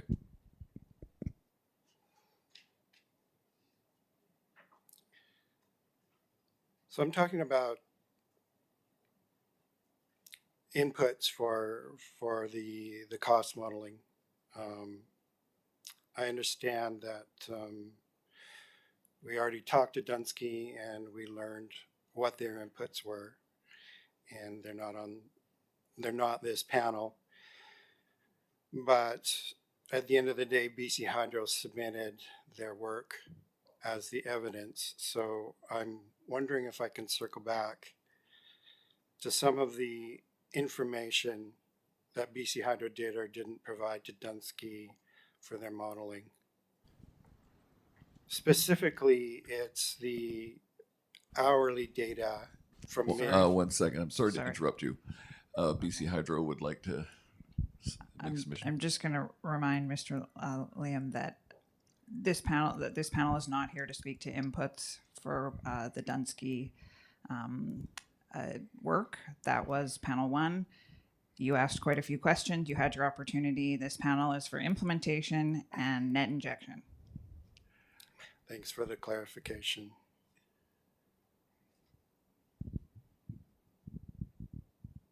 And I do say that I concur. Thanks. And perhaps just this would be a good opportunity to interject as well. Apologies for the interruption, but it sounds like we may be moving on from the document that Mr. Liam put to the witness panel. And I was just wanting to check whether or not there was a desire to add that as an exhibit to the record. Thank you. Yes, we would like to add that. And fine. Thank you. This document is now marked exhibit number C10-31. All right, please go ahead. Actually, I think I'm done. All right. Thank you, Mr. Liam. Thank you. We'll take our break now then and be back at, 10:30. Let's make it 10:30.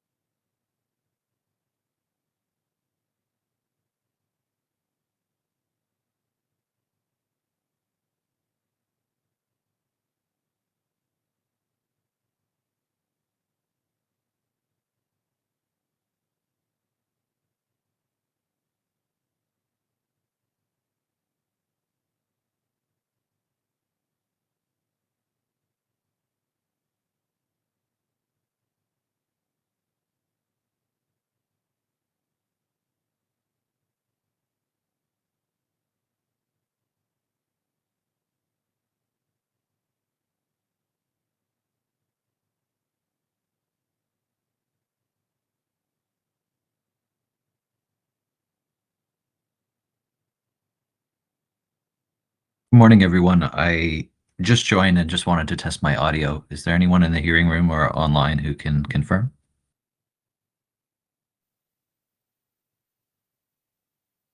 Yes, I hear you, Brent. Thank you, Tom. Much appreciated.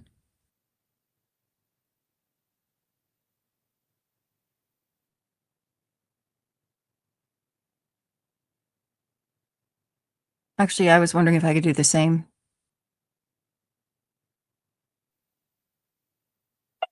You are heard.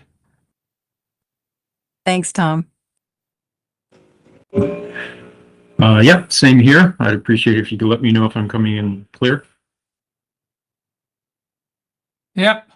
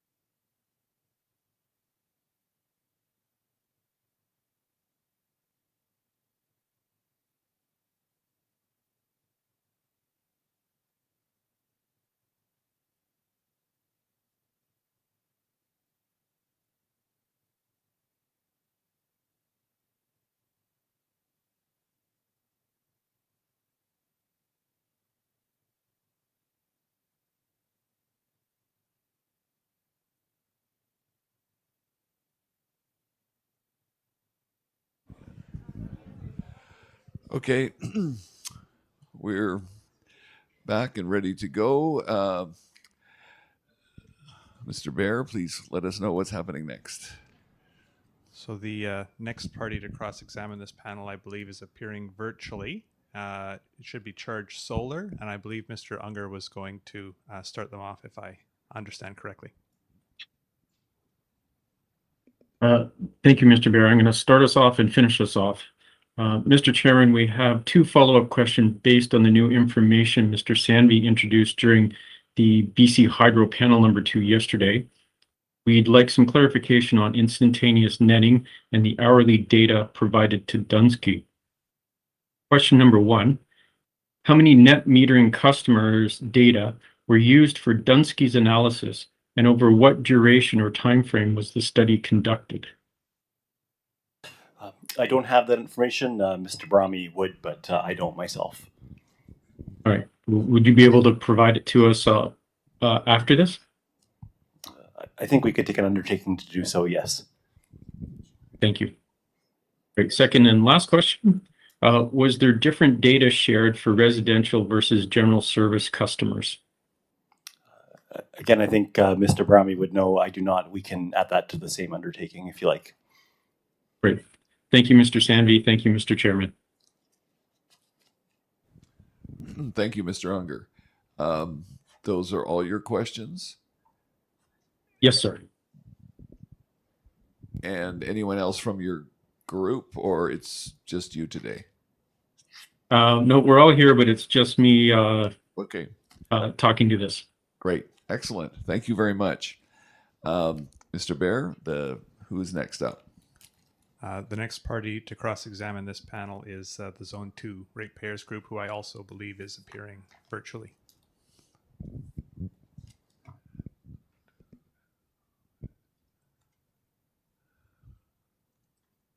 Good morning. Ms. Mackey. Yes. Yes. Yes. Good morning. Thank you.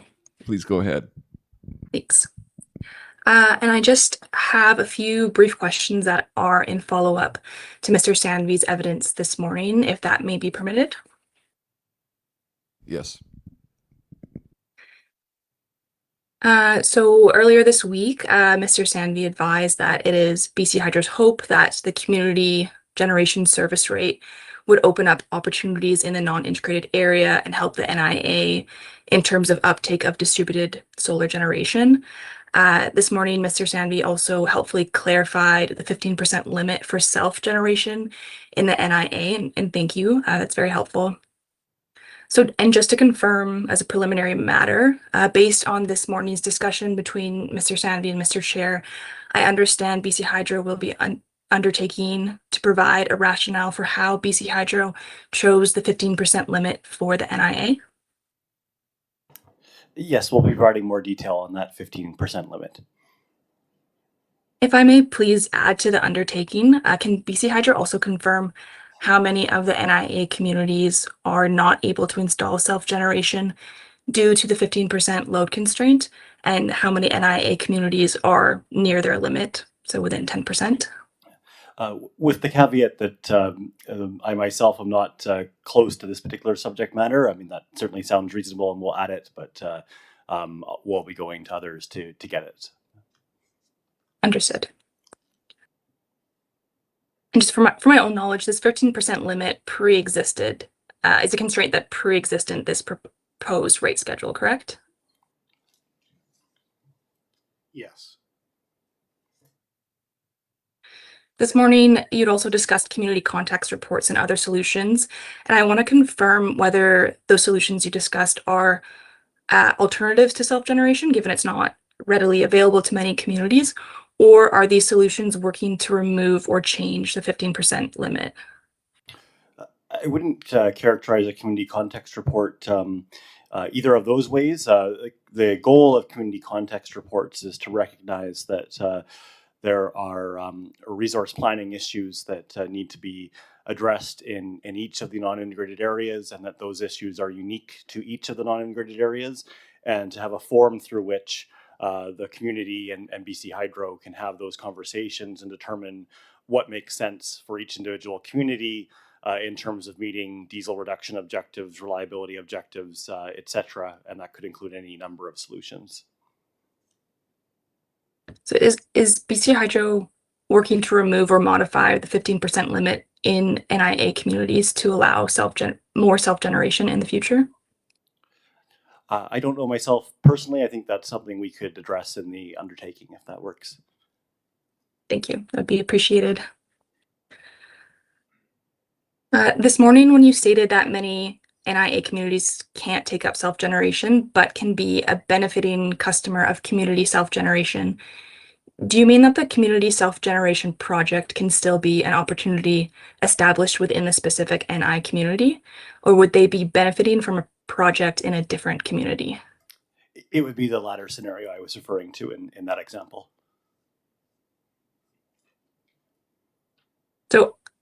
So just to confirm, based on the constraints that we discussed, essentially the community self-generation within the NI community is not feasible?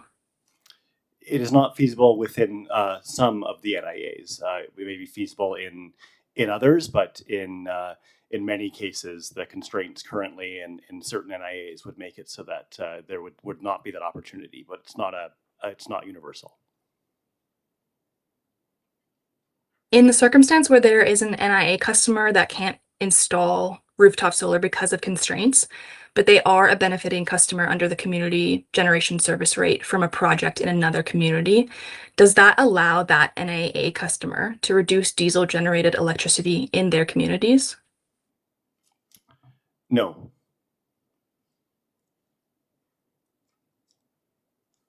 I just have one final question. So this is in the 2024 rate design final order, the BCUC encouraged BC Hydro to continue to work with all impacted First Nations in the NIA during the implementation of the rate design changes as planned and in a manner that respects the unique circumstances present in each community.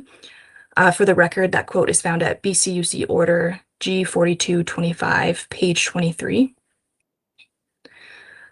If this application is approved, how will BC Hydro adapt its implementation of the proposed changes within this application to be aligned with the BCUC's directive?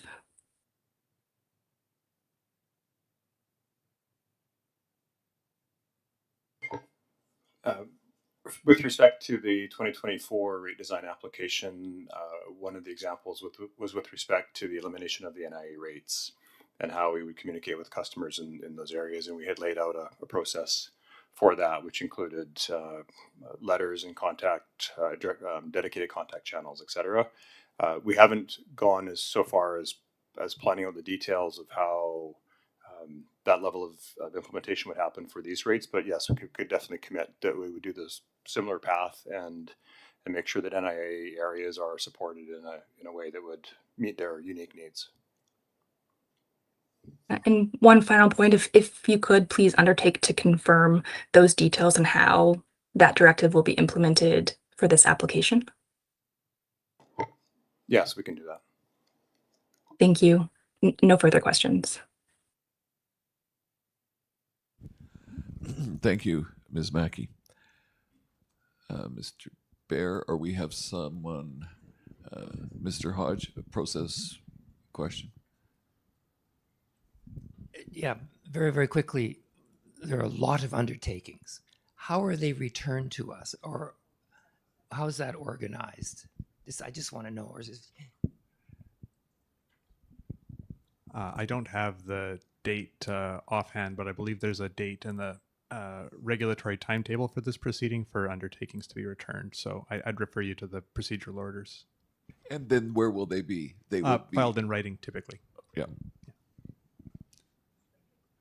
If you seek further clarification, talk to the BC Hydro or our own staff, commission staff. Yeah. So I believe that concludes the cross-examination of all parties that had indicated a desire to cross-examine this BC Hydro panel.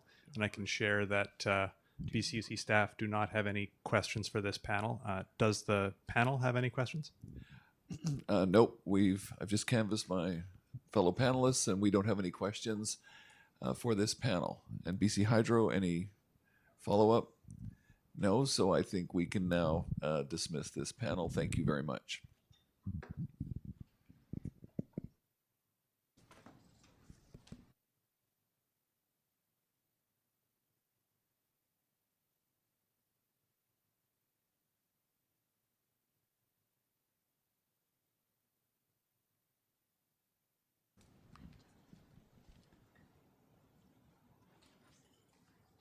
So I believe unless there's anything further from the panel before we move on to the next witness panel, I believe the next party that will be presenting evidence is the Clean Energy Association of British Columbia and Power Advisory, and I understand their counsel is going to introduce them.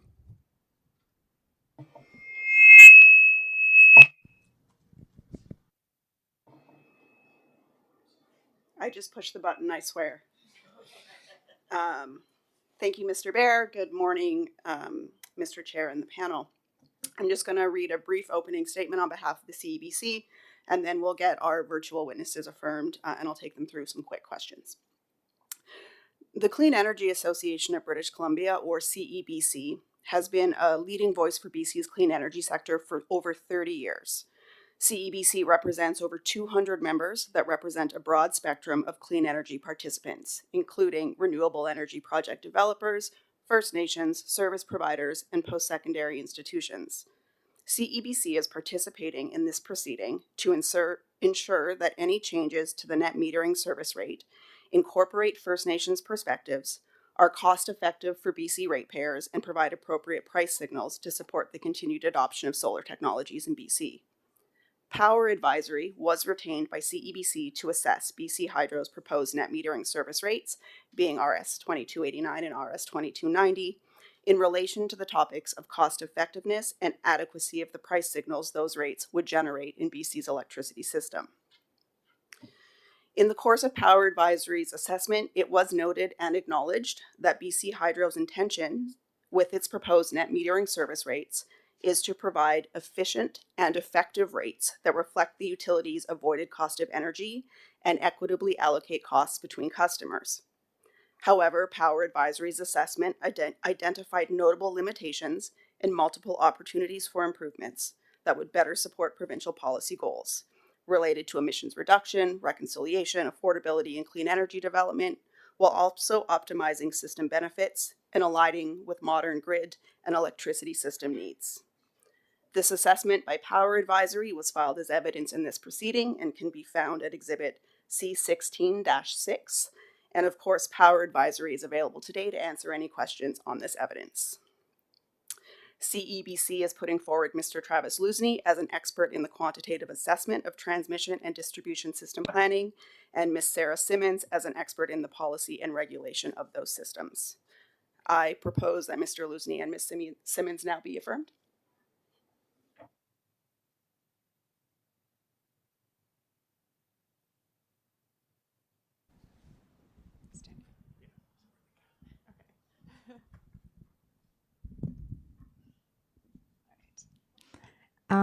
I'll begin with Ms. Simmons. Can you please state your name for the record? Sarah Simmons. Do you solemnly affirm that the evidence you give today will be the truth, the whole truth, and nothing but the truth? Yes, I do. Now, Mr. Lusney, could you please state your name for the record? I'm Travis Lusney. Do you solemnly affirm that the evidence you give today will be the truth, the whole truth, and nothing but the truth? I do affirm. Thank you. Perfect, thank you. Now, just some quick questions before we open you up for cross-examination, and we'll start with you, Mr. Lusney. Do you have a copy of Exhibit C16-6, being the Power Advisory evidence that was filed on behalf of CEBC, as well as Exhibit C16-8 and C16-9, being the responses to information requests associated with that evidence in front of you today? I do. And can you confirm that you prepared or were otherwise responsible for the preparation of that evidence? Yes, I can. I oversaw and worked with my colleague on preparation of the evidence. And did you review this evidence in advance of today's hearing? I do. And do you accept and adopt this evidence as your own today? I do. And am I correct that a complete copy of your CV is included in Appendix B of Exhibit C16-6? That is correct. And referring to that CV, you have a Bachelor of Science and a Master of Science in Electrical Engineering, both from Queen's University. That is correct. And you are also a licensed professional engineer in Ontario? Yes, I've been licensed as a professional engineer in Ontario since 2010. Can you please give us a brief overview of your work history since becoming a professional engineer? Yes, I worked with Hydro Ottawa as a distribution system engineer, and then following that was a transmission system planner with the Ontario Power Authority, which is now part of the Independent Electricity System Operator in Ontario. And I have been with Power Advisory for almost 15 years in various roles. Thank you. Can you briefly explain what Power Advisory does generally, and specifically what you do as a Director of Power Systems at Power Advisory? Yeah, we are electricity sector management consultant focused on North American electricity markets. We have experience in regulatory structures, wholesale market design, energy procurements and programs, including analysis and forecast of energy prices, avoided costs, value of energy. We provide advice to a wide range of clients, including private entities, First Nations, regulators, government authorities, government agencies, independent power producers, private equity, debt equity, and the like, all with respect to the electricity sector. We're a well-balanced team. So we have included myself, professional engineers, energy economists, policy wonks, and the like. And many of our staff have had time within regulators, government agencies, system operators, and within private industry. Myself, as Director of Power System, I have a variety of roles across the company and across the country, advising on power system analysis, including needs analysis, either on resource or local, regional or bulk transmission and distribution investments. We provide oversight, analysis, and strategy with respect to market monitoring on the various markets, including potential procurements, price outcomes, investment opportunities and risks. And I also help lead our advice to industry associations in respect to policy and regulatory development. And similar to what we're doing today, have been an expert witness in regulatory proceedings and litigation and arbitrations, all kind of related to both the physical market, financial markets, and the integration between government policy and investment interests and community and First Nation acceptance. Perfect, thank you. Focusing specifically on electric utility regulation, your areas of expertise include distribution and transmission system planning, capital planning, and rate design? That is correct. And you have experience with revenue requirement proceedings, rate design applications, and resource plan reviews? Yes, actually, before this commission, I've submitted evidence on the 2021 Integrated Resource Plan for BC Hydro, and have done similar activities, either advising clients or participating directly on similar activities.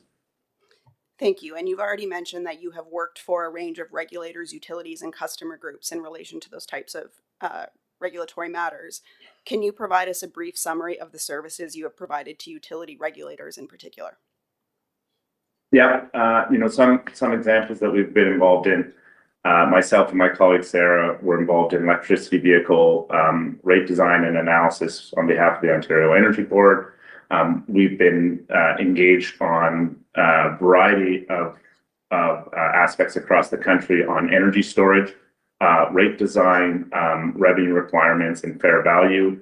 I participated as a member in the Regional Power System Planning Advisory Group for the Ontario Energy Board, helping kind of evolve not just the planning process, but also how cost recovery and regulatory obligations should change given the shifting nature of the power system. Provided, as mentioned, expert evidence in a variety of rate regulatory proceedings, including rate proceedings, integrated resource plans, and others, and then have provided for regulators policy and program analysis, whether from a financial point of view or from a policy objective and risk and opportunity mitigation analysis. Perfect. And same question in relation to utilities. Can you provide a brief summary of the services you have provided to all of government utilities and investor-owned or independent power producers? Yeah, it can kind of cover a wide range. So included from resource adequacy analysis or meeting their shareholder or their government policy objectives in terms of the type of investment drivers. So this could be traditional wires investments. So analysis on what's required, what are the needs assessments, what are the options, and what is the preferred option, or looking at non-wire solutions, how might that not only be integrated as part of planning processes, but also integrated in part of, how might you have programs or procurements to secure those resources, to activate those resources through contract obligation or program obligations, and can include both pure wires utilities, but also have done advice or led analysis for utilities that have obligations with respect to resources and ensuring that the resource adequacy for our balancing authority is met. Perfect, thank you. And last question, based on your work history and what you've already said today, it's obvious you have done this work in Ontario and British Columbia. Have you worked in other jurisdictions as well? Yeah, have been active in all 10 provinces across the country, along with various jurisdictions within the United States. And again, covering multiple different areas of expertise. So not just the physical operation of the grid, but financial policy and asset valuation, price forecasts, along the like. Fabulous, thank you. Those are my questions for Mr. Lusney. Ms. Simmons. May I just interject here? We do all have the CVs in front of us. I'm looking at them right now. So just for expediency, perhaps we don't need to go to that level of detail. Thank you. Perfect. Then we will just stick with the nitty gritty, Ms. Simmons. Do you also have a copy of Exhibit C16-6, being the power advisory evidence, as well as Exhibit C16-8 and C16-9, which are the responses to information requests related to that evidence? Yes, I do. And can you confirm that you prepared or were otherwise responsible for the preparation of that evidence? Yes. And did you review this evidence in advance of today's hearing? Yes, I did. And do you accept and adopt this evidence as your own today? Yes, I do. And one quick question that is not outlined well on your CV is, looking at your CV and your Master of Science in Environmental Studies in particular, can you describe a bit your specialization in electricity pricing policy during those studies? Yes, my master's thesis focused on time of use rate structures and their impact on lower income and senior headed households.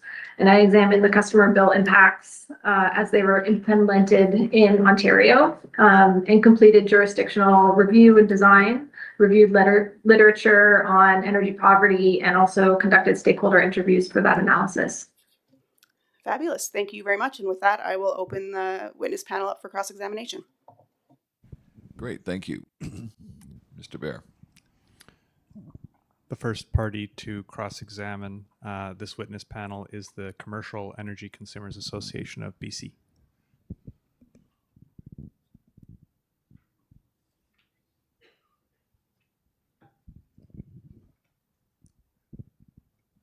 Hello, Mr. Craig. Please go ahead. You need to hit the mic. Turn it on. Try that. Thank you.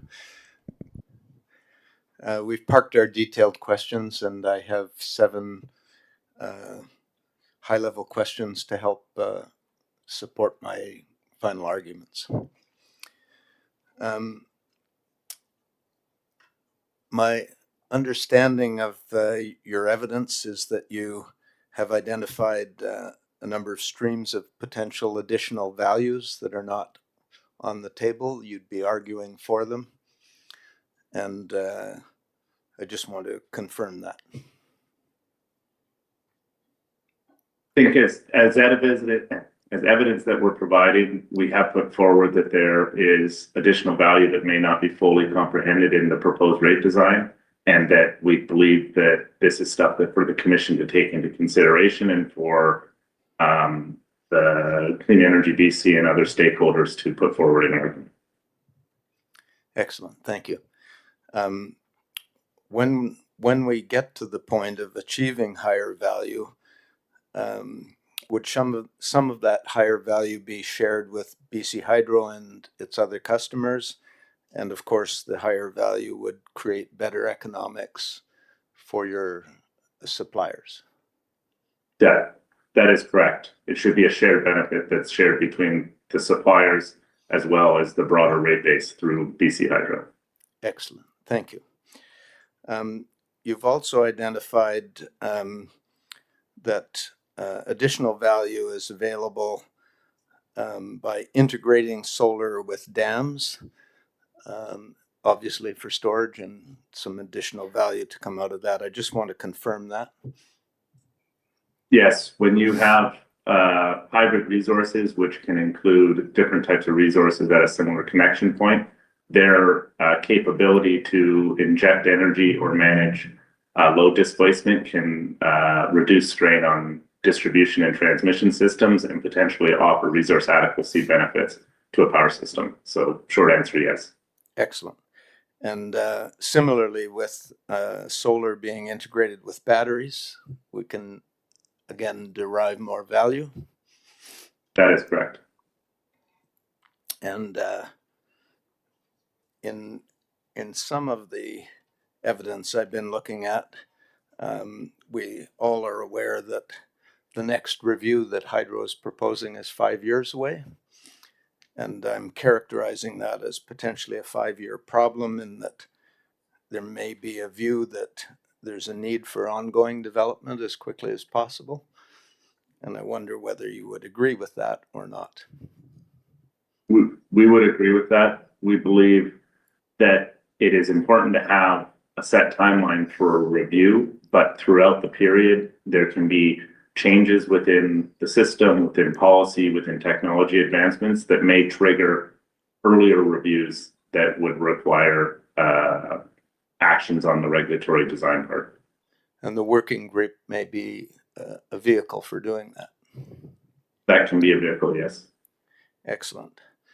And throughout the evidence, there's a number of areas that we've been seeing on the record that would be accessible to create economies of scale if we had some of the limits that are in their application right now relieved and perhaps increased. Would you agree that there's potentially more value there at some of the higher levels to create economies of scale? I would agree with that. And last question, there's an awful lot that goes on here to create value across the distribution system. And there's not necessarily, as I see it on the record, enough information to help identify opportunities and to help precipitate optimization, all of which would go to creating value. So if there's more work to be done on the distribution planning, would you agree that that could be part of what might go on in the next 5 years? I would agree with that. My colleague Sarah and I have, for a number of years, identified the initial first step to kind of enhancing the capabilities of the distribution system to typically focus on visibility, and then the capability to potentially take control actions out of that. And so one of the challenges with the distribution system, and I believe earlier panels or the evidence of BCI just kind of talked about, is the challenge of actually being able to see in a close to real-time basis what's happening in the distribution system. As that's enhanced, the resources that are connected, not just energy resources, but also flexible load, can be operated in a way that maximizes the use of the existing assets and therefore derive value for investments that have been made on behalf of ratepayers. Excellent, thank you. That's all my questions, thank you. Thank you, Mr. Craig. The next party to cross-examine this witness panel is the British Columbia Old Age Pensioners Organization.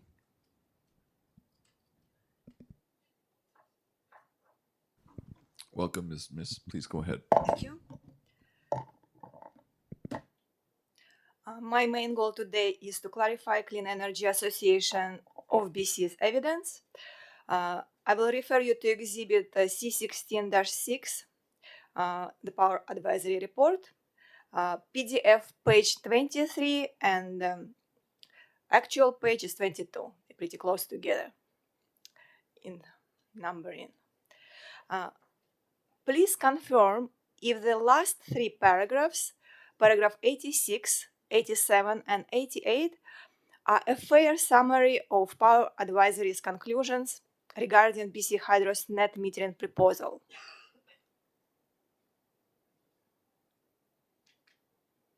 In our review, and to try and be helpful to the Commission and other stakeholders, we did try and provide summary statements in paragraph 86, 87, and 88, both discussing,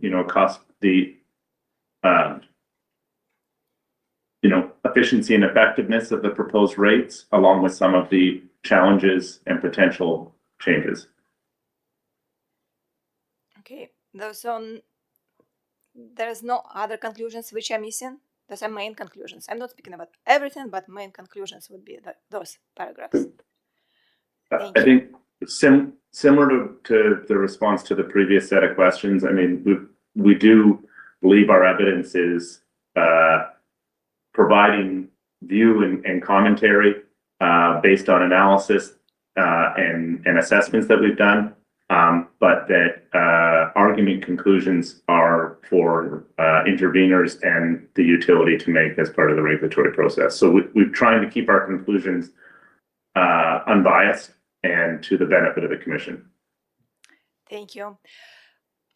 Based on the last three paragraphs, Power Advisory's main issue with BC Hydro's proposal appears to be that a single flat energy price does not reflect the time varying or locational value of exports, nor does it account for capacity contributions or encourage capacity resources such as storage, as stated in paragraph 87 on page 22. Also, in your evidence on pages 20 to 21, PDF pages 21 to 22, you express the concern that the avoided cost used is based on BC Hydro's long-run marginal cost of energy as of early 2025, but that the BC Hydro and BC government have announced plans to undertake a series of large-scale power procurements, which could affect the degree to which the net metering export price affects BC Hydro's avoided cost. Please confirm that these points capture Power Advisory's main concerns regarding BC Hydro's proposals. And if they don't, what other concerns does Power Advisory have? Yes, no, thank you for the comment. Generally agree with the conclusions that you've stated. We think the challenges that are faced with a net metering, net billing arrangement is that the value of energy to a power system does vary on a timeline basis and on an outlook basis, both on supply demand and the capability of the distribution and transmission system to supply customers and or to move power around the power system. We identified some key areas, including the value of capacity, which can generally be defined as the ability to provide injection of energy or reduce consumption during constrained periods of the system, either broadly at a bulk level or specifically at a regional distribution level. We think that ties very closely to the value applicational aspects, so areas of the power system that are experiencing or expected to experience a constraint and may require additional fixed asset investments, of which a net metering arrangement could be used to defer or avoid, offering cost savings to customers. We also have pointed out as part of this that the long run marginal cost, while it's a valuable marker, does not reflect specific additional value or additional drawbacks of producing energy at certain times of the day or times of the year. And I think the one thing that was missing that we wanted to point out with our financial analysis is that the net metering rate appears to the justification of the rate, or at least the kind of benefit of the rate, appears to be on two different value streams. One, the net billing rate, and the other is on a solar rebate. And so we wanted to point out that, those two streams may not be linked at all times, and the changes to one could impact the incentive or support for customers to make the investment, which generally benefit the whole system. And therefore, any rate design and review period should at least respect the fact that those revenue streams could change at any time and may need to be revisited to ensure that the program continues to achieve its objectives for both the individual customers, but for the broader rate base as well. Ms. Mist, I see an intervener has raised their hand on a point of order. Yeah, Ms. Ray. Yes, Mr. Chairman. I'm just wondering whether Ms. would be able to assure the panel that this is not friendly cross-examination. I was quiet through Mr. Craig's questions, and now I'm raising my hand because it appears to be a recitation of key points being made by the witnesses on behalf of the party, which I take no position on at this time. But that, of course, in and of itself would not be the purpose of the oral hearing. Thanks, Mr. Andrews.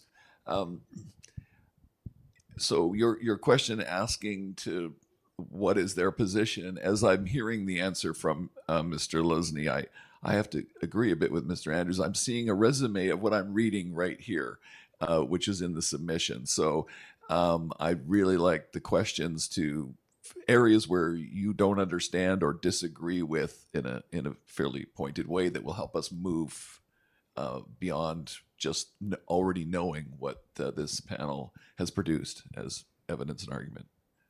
Yes, thank you. I'm clarifying and want to distill main points of the evidence, because evidence is on different points, but I want to clarify which are main areas and whether my summary is missing something from that. But yes, of course, I do not characterize it as a friendly cross-examination. Based on definition of friendly cross-examination, it is clarifying evidence for the record and for us, but I assure you I will not do any of friendly questions. Okay, so let's yes, move into that area. I don't have more left, but many left, but let's go. I will go to Mr. Andrews to response to your IR. It would be Exhibit C 16-9, response to BC Sustainable Energy Association IR 1.10. I just want to clarify one thing here. It is PDF page 12. The last sentence states, in particular, BC Hydro's proposed rate does not adequately compensate the various sources of value provided by net metering. And I just want to confirm that these sources of values being referred in BC Sustainable Energy Association information request are those noted on page 22 of your evidence. I don't want you to restate those, but just confirm it, whether I'm correct or not. Yeah, it's referring to the different services that a resource can provide to the system, and that may not be part of the calculation that BC Hydro used to land at the rate that they're proposing. Thank you. One of the concerns expressed on page 22 at paragraph 87 is that the current net metering proposal does not encourage capacity resources such as storage. Apart from offering a time-variant price for exports, How else will the Power Advisory recommend that net metering proposal be changed in order to encourage capacity resources such as storage? I think at a very basis of it, it's providing an additional either revenue stream or payment for providing capacity services. Our evidence does provide a few essentially ideas on how that could be activated. It can be a time of use. It can be specific periods of the year where there is an energy injection expectation, or as you'd see in some other markets that use capacity option and activations, it could be a process for BC Hydro to call upon resources in some process to receive the energy when they need it based on what the system is constrained. While capacity typically happens at peak demand, or capacity needs typically happen at peak demand, it really can happen whenever the system becomes constrained. And so offering additional payments in some form or another to get that firm capacity can encourage those types of resources to show up and provide value to the power system and to the broader rate base. Thank you. Given concerns expressed in the evidence, what are Power Advisory's specific recommendations as to how the BCUC should respond to BC Hydro's application? For example, I will give you 3 to choose. Should it reject the application entirely and direct BC Hydro to come back with a proposal that addresses Power Advisory's concern? Should the BCUC accept BC Hydro's application but direct BC Hydro to come back in the future with proposals that address Power Advisory's concerns? And if so, when should BC Hydro be told to come back?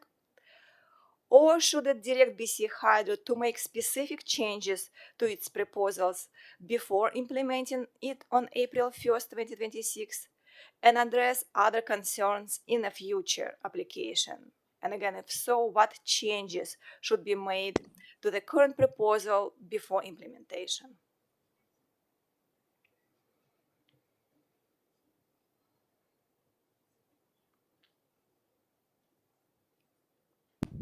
So this sounds again to me like argument. The answer will be, I'm going to look for a fairly short answer here. Please go ahead. We as experts on behalf of the commission or unbiased to the commission don't take a strong position on what they should do. We believe we've raised issues for them to consider and for stakeholders to bring forward, and that the design, as we've shown through some of our additional jurisdiction, is not completely novel. It follows the path of other jurisdictions, and therefore it's a path to go down. And I think it's for the commission to take in all the arguments and come to a conclusion on what to do. Okay, these are all my questions. Thank you. Thank you. Mr. Bear.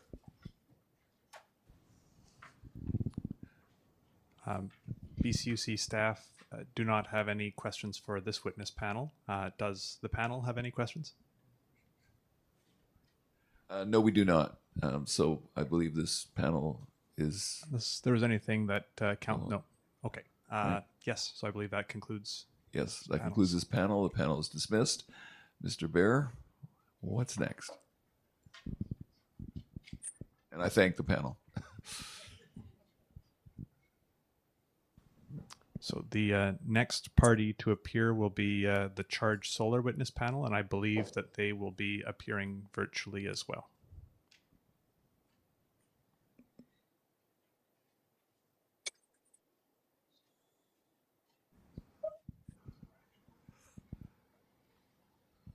Mr. Unger, I presume that's you representing Charged Solar? Yes, sir. It's myself and Mr. McCauley.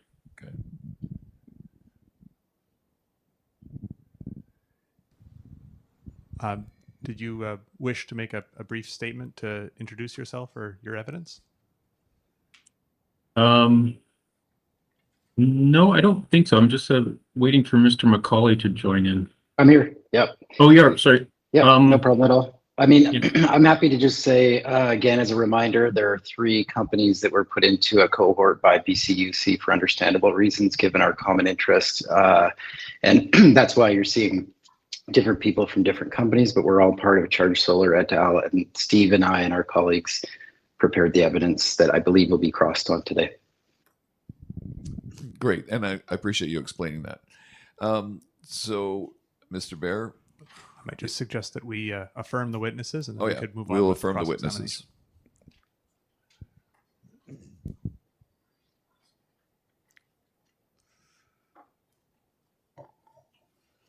Mr. Macaulay, we will begin with you. Can you please state your name for the record? Jeff Macaulay. Do you solemnly affirm that the evidence you give today will be the truth, the whole truth, and nothing but the truth? I do. Mr. Unger, can you please state your name for the record? Yes, Steve Unger. Do you solemnly affirm that the evidence you give today will be the truth, the whole truth, and nothing but the truth? Yes, I do. Thank you.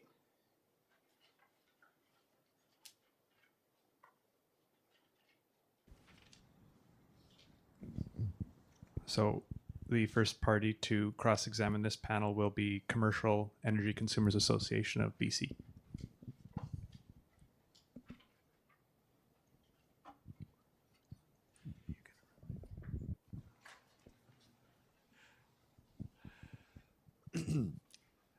Mr. Craig, please go ahead.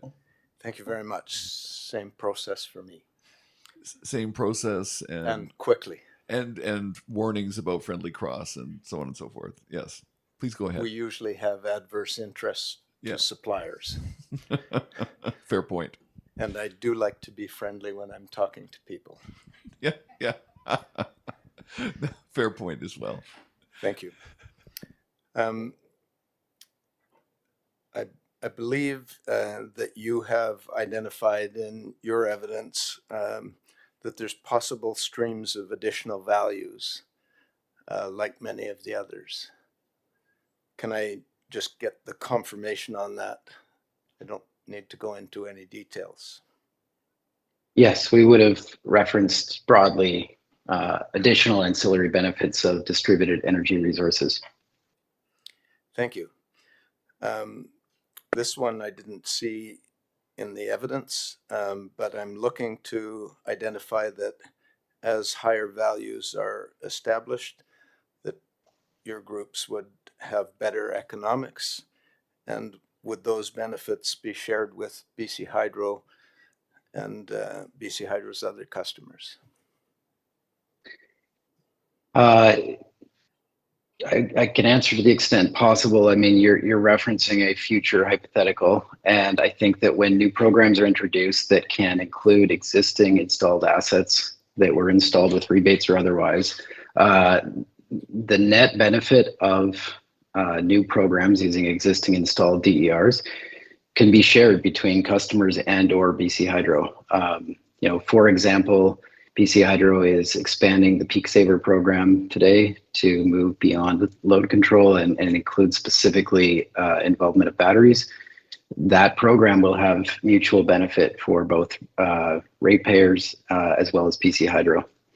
And so I can't comment with any level of specificity on future programs that we don't yet understand, but either can occur. Excellent. And I'm not looking for the detail. I'm getting the principle on the record. I believe that you have indicated that there's value to be obtained by integrating solar with the hydroelectric facility dams because of their storage capacity.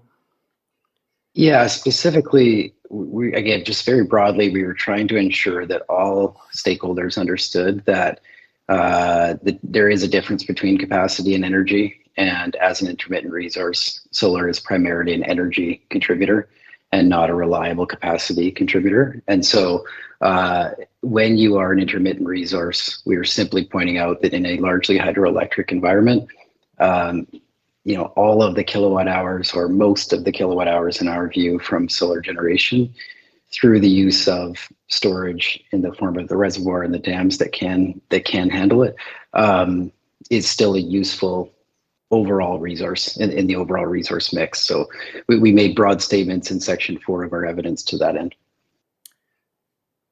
Yes, that's what I was looking for the agreement on. And then again, storage with batteries can produce additional value, which you hadn't commented on, I think, but I think you would agree with it. Correct. And again, further to my earlier comments, additional value which can be realized by some combination of end customers or ratepayers in this context and BC Hydro alike.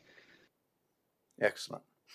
And over the course of the next 5 years, before we're dealing with a BC Hydro review and assessment of how things have gone, there's parties that believe that there should be a need for ongoing development to go after the additional values, and that may be done in working arrangements with BC Hydro. Would you be agreeing that that's something that should be done? Let me just ask a clarifying question before I respond. Do you mean, are you asking me if industry should pursue that or if BC Hydro should pursue that? I just want to be clear on your question. I'm looking for whether or not you believe that the industry should be in ongoing discussions and development with BC Hydro and potentially with BC Hydro's customers, as opposed to waiting for 5 years before we see further change. Yes, I mean, this is a strictly opinion-based response. It's not tied directly to evidence submitted, but I believe that BC Hydro has a strong track record of engaging with industry on these topics and industry with BC Hydro. And so I do expect within 5 years for ongoing discussions. I think the priorities, as me personally, I see reliability, affordability, and, I used to say, carbon emissions in third spot there, but energy sovereignty is an increasing priority. And I think Hydro will continue to engage with industry and, again, industry with Hydro to look at how we best plan for the future. I think solar costs have flattened, battery costs will continue to come down. That will provide new opportunity in particular for BC Hydro, but they have always engaged with industry on what could be done, in my view. Excellent, thank you. 2 more short questions. There's a number of limits that Hydro has put forward for how things will work at this stage, and there's interest in capturing economies of scale by getting higher limits. Is that something that you would be in favor of as well? Strongly in favor. There are, of course, limitations as it relates to hosting capacity as discussed in various panels. I won't get into that level of detail here, but subject to those considerations, yes, I think that increased hosting capacity is not exclusively limited to gaining economies of scale. It's going to increase overall contribution from distributed generation, which I think in this province we desperately need. It's not about saving the planet with solar. It's about ensuring we have significant growth in our domestic generation mix, and I think that distributed resources can be added more quickly and at an affordable rate. Yes, larger injection limits will help to add more kilowatt hours on the grid, not exclusively through economies of scale and cost. Thank you very, very much for that. And last question, there's a discussion about a potential need for some significant distribution system planning to obtain information, identify opportunities, and work on optimizing the efficiency and effectiveness of where we can locate and raise higher values. Are you in favor of seeing additional distribution system planning of that nature? Yes, I think you're referencing, and let me just maybe clarify, I think you're referencing both planning and disclosure in that question. And so planning is one thing.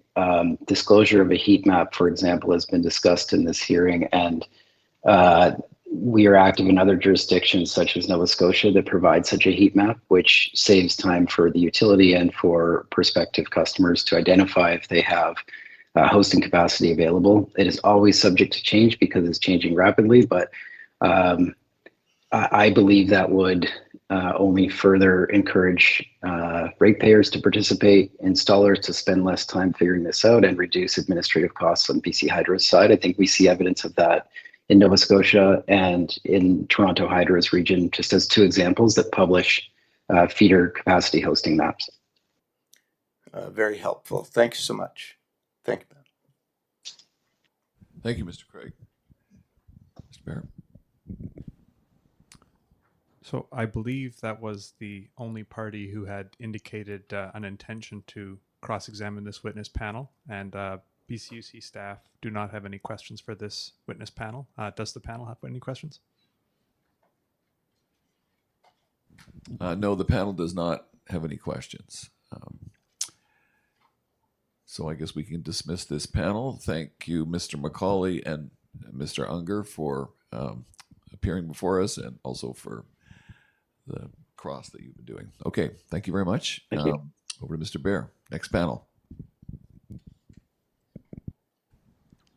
The next witness panel will be from the Community Solar Coalition.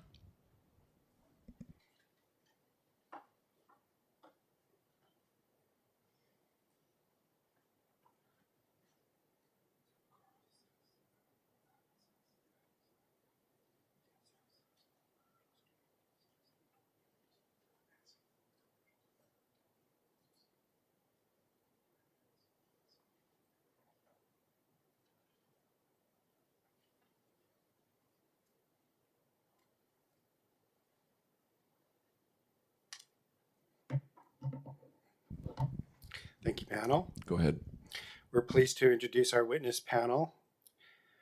I would like to note that both Rabago and Lipson were participants in the net metering working group. Community Solar Coalition calls its expert witnesses, Rabago and Lipson. Their biographies are included within their written testimony. Today, their evidence addresses the valuation, technical integration, regulatory treatment of customer-sited solar and storage in the context of BC Hydro's proposed rate design. The witnesses are ready. Can you just remind me of where they are in submission? Did they give any evidence? Written evidence. Yeah. Yes. And where is it? Is it? I can look. I believe mine is C10-20. Got it. There's C10-20 and C10-21. Thank you. And I'm supposed to ask both of you, have you read your testimony? Perhaps we can affirm the witnesses first. Oh, thank you.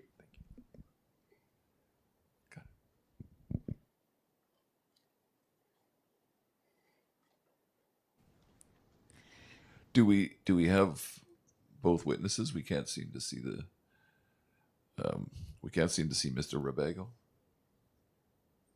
Okay, my camera is showing that I can see me, but maybe it's a limited number of windows, or we can see you now, and the okay, dog, good. and the dog.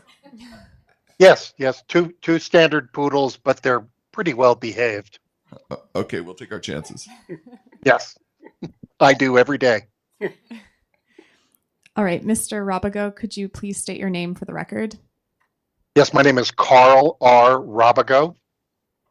Do you solemnly affirm that the evidence you give today will be the truth, the whole truth, and nothing but the truth? I do. Mr. Lipson, can you please state your name for the record? Brent Lipson. Do you solemnly affirm that the evidence you give today will be the truth, the whole truth, and nothing but the truth? I do. Thank you. And Mr. Lipson, have you reviewed your written testimony? Yes, I have. I do have one correction to report. It was noted in Exhibit C10-25 in response to context about the number of transformers over the net injection limit. And the full text of the clarification is in that response. Thank you. And Mr. Rabago, have you read your testimony, your written testimony? Yep. Yes, I have. And do you have any changes? Actually, I do. Yes, in my most recent review, I caught a couple of typos. So I'm going to go through these slowly so the reporter can get them. And these all are page references to the pages that I created in the bottom center of each page of the exhibit. First, page 11, line 7. The word response should be respond. Second, page 12, line 15. There is an unnecessary comma after the word analysis. It should be deleted. And I'm a big fan of commas, like the Oxford comma, but that one was unnecessary. Page 31, line 12. The word is should be cause. And lastly, page 35, line 13. The word hydro should be hydros with an apostrophe S. And the word compensation should be compensate. I think they're all don't really materially change the meaning, but I wanted to make sure that I got those corrections on the record. With that, I didn't see any other errors in the testimony. Thank you. The witnesses are ready. Go ahead, Mr. Bear. The first party to cross-examine this witness panel will be the Commercial Energy Consumers Association.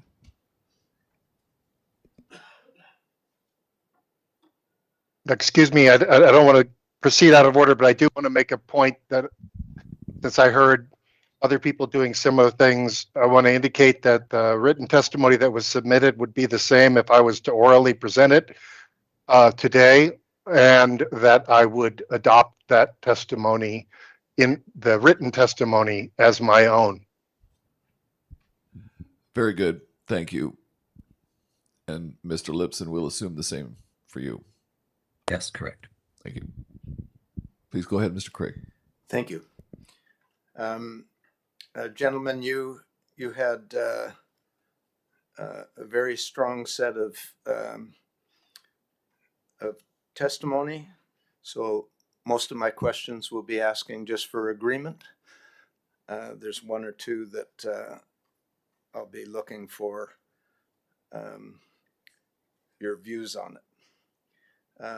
So initially, you've identified a number of streams of additional values that you believe should be sought and be able to be captured for your industry as well as for the utility.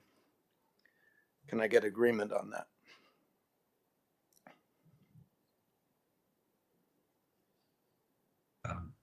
Mr. Rabago, I think that was primarily your testimony.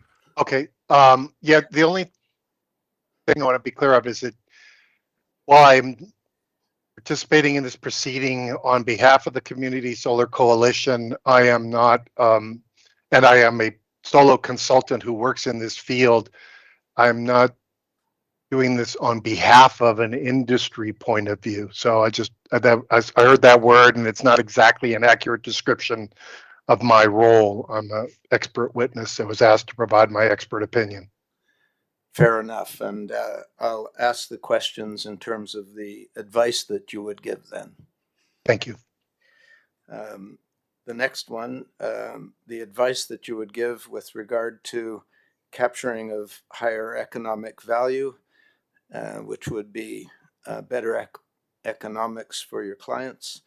And would that be a value that would be shared in your advice with the utility and its customers? Yes, my general position is that full, comprehensive, objective assessment of value to avoid the economic phenomenon known as externalities, prices or benefits, costs or benefits that have been excluded from pricing, is including all those values is appropriate to avoid economic distortions and uneconomic outcomes in a marketplace. Excellent, thank you. And I think you had made some strong positions with regard to the values that are potential in integrating the solar with particularly the dams in the BC hydroelectric system.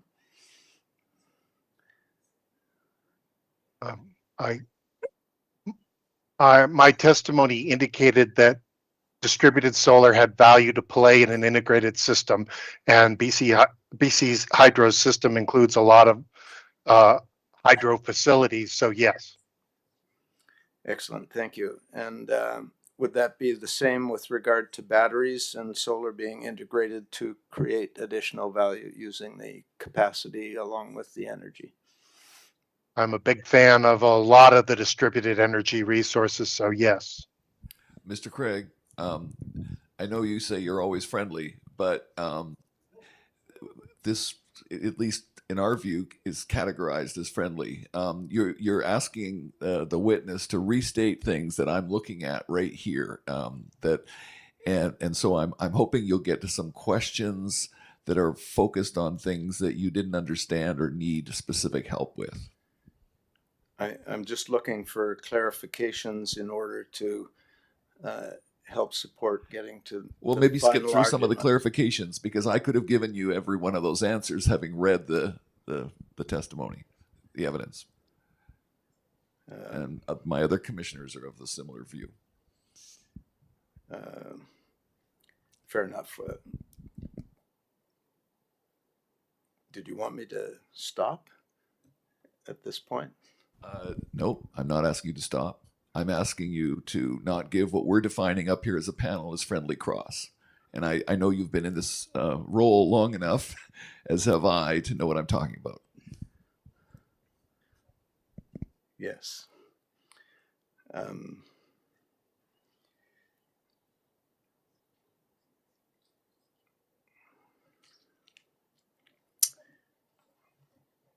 I take a moment just to consult with? Sure.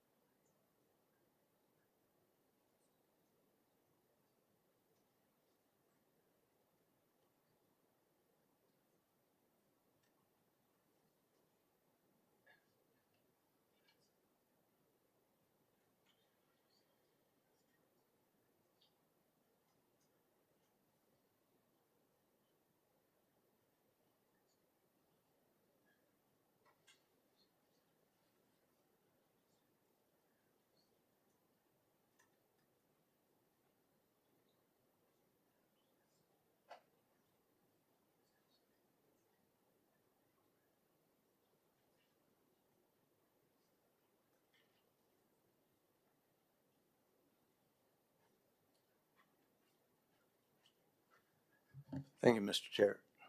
The next three questions that I would have been asking would have been just for their agreement on the items that I was putting forward. And so, given that those are on the record, I'll close now. Thank you. Thank you, Mr. Craig. Mr. Bear. The next party to cross-examine this panel will be the British Columbia Old Age Pensioners Organization.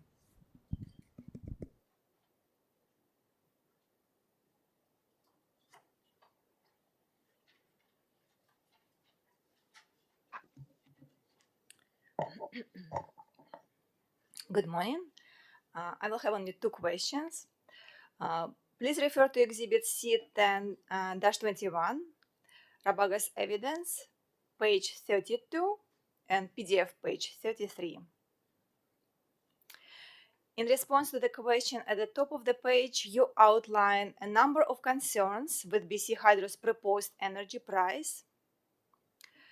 One of them is that BC Hydro actually realized the full retail rate value for every exported unit of energy for solar distributed generation when that exported energy serves the nearest and unserved load. With respect to the claim that BC Hydro actually realizes the full retail rate value,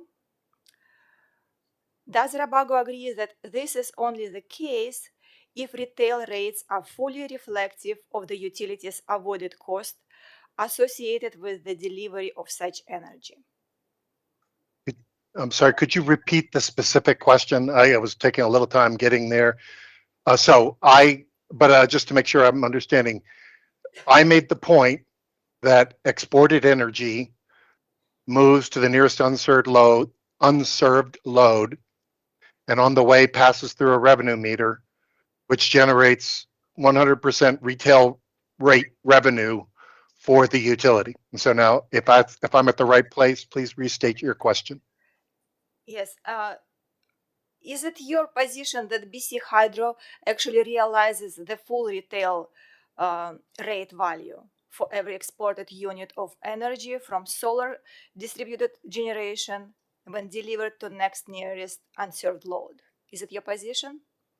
It is my position that they do, in fact, generate a billable kilowatt hour, which, according to the rate that applies to the customer, that you can't physically track electrons, but they do realize a retail revenue credit for every kilowatt hour that is locally exported from a distributed generation facility. Yes. But do you agree that this is only the case if retail rates are fully reflective of the utilities' avoided cost associated with the delivery of such energy? The avoided cost is a separate issue from the fact that the energy is moving through a meter and generating a revenue credit that shows up in a bill. In addition, the utility does not have to pay some costs, those avoided costs, right? And a lot of dispute about how to calculate them. We won't get into that.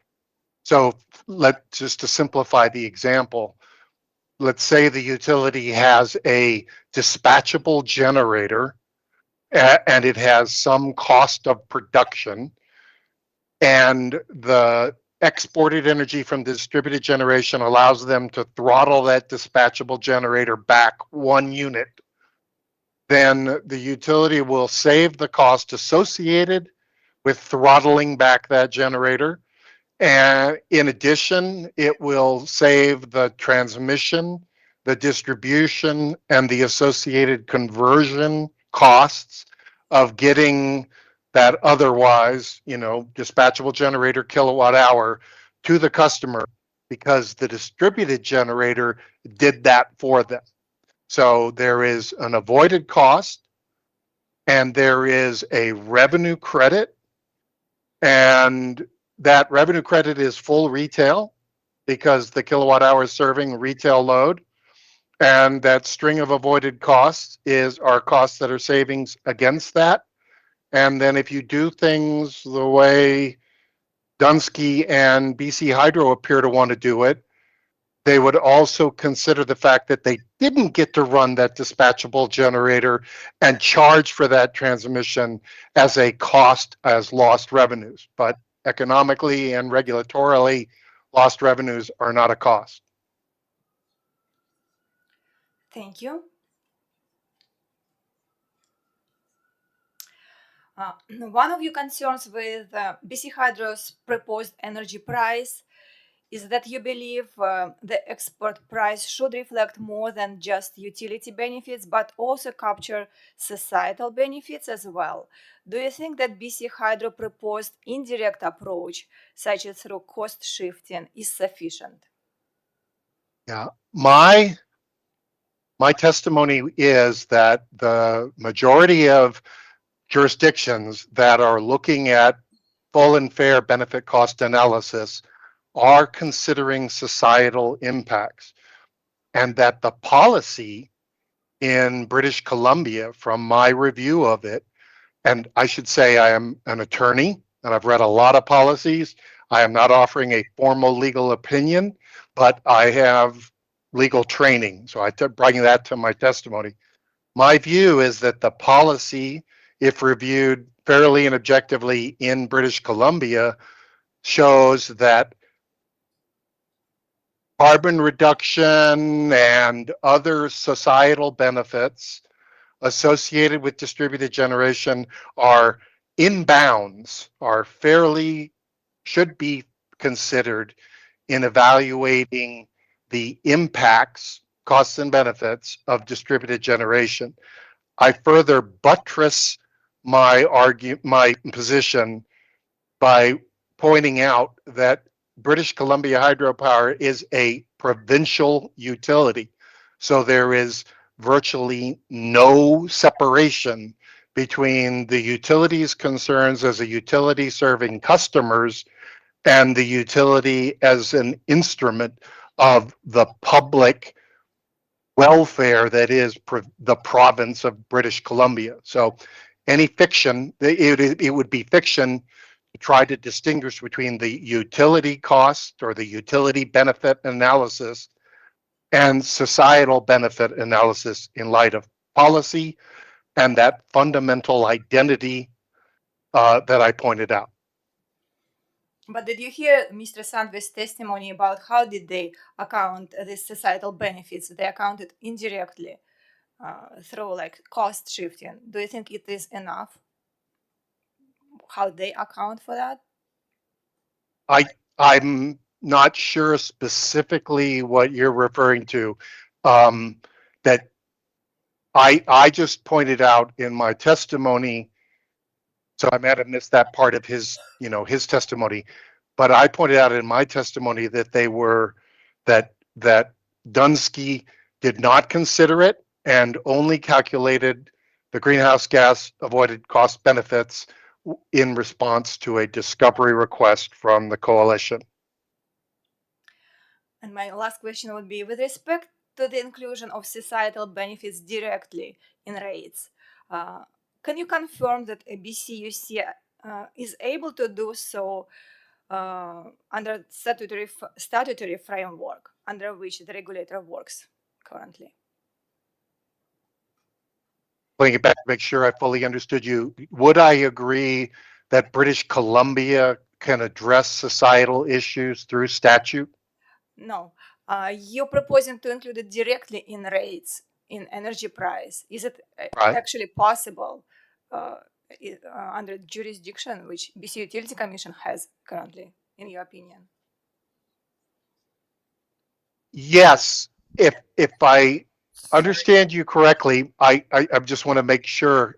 So my answer would be yes, but correcting for what I discussed previously as economic externalities through kind of after the fact or external policy changes, like say a separately administered cash distribution program is widely recognized as much less efficient than internalizing all the costs and benefits in the transaction costs, say the purchase of electricity by the utility or by the customer. So even if, yes, we could come up with a patch for a badly priced kilowatt hour that excluded clear externalities associated with the service being provided, it would be at best a second best solution, and it would maintain a level of economic inefficiency. Okay, thank you. I will leave it at this. Thank you. Okay, That's thank you. all my question.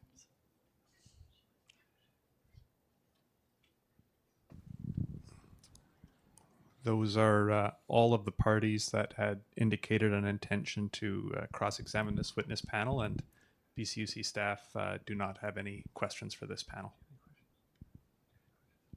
I have a procedural question, if I could. What would the appropriate venue be for offering evidence in response to some statements from BC Hydro in today's panel and yesterday's panel? Would this be the appropriate forum? Mr. Bear? I might also give BC Hydro's counsel an opportunity to respond here, but my impression would be that parties had their opportunity, interveners had their opportunity to file evidence earlier in the process. But perhaps I'll give BC Hydro's counsel an opportunity to speak to that. I would agree with Mr. Bear's statements. Parties did have an opportunity to provide their evidence. Parties have had opportunities to cross-examine BC Hydro. They have an opportunity to make final reply arguments in connection with our final argument. And there is generally no opportunity for surrebuttal evidence other than perhaps if the applicant requires that step, which we do not. So,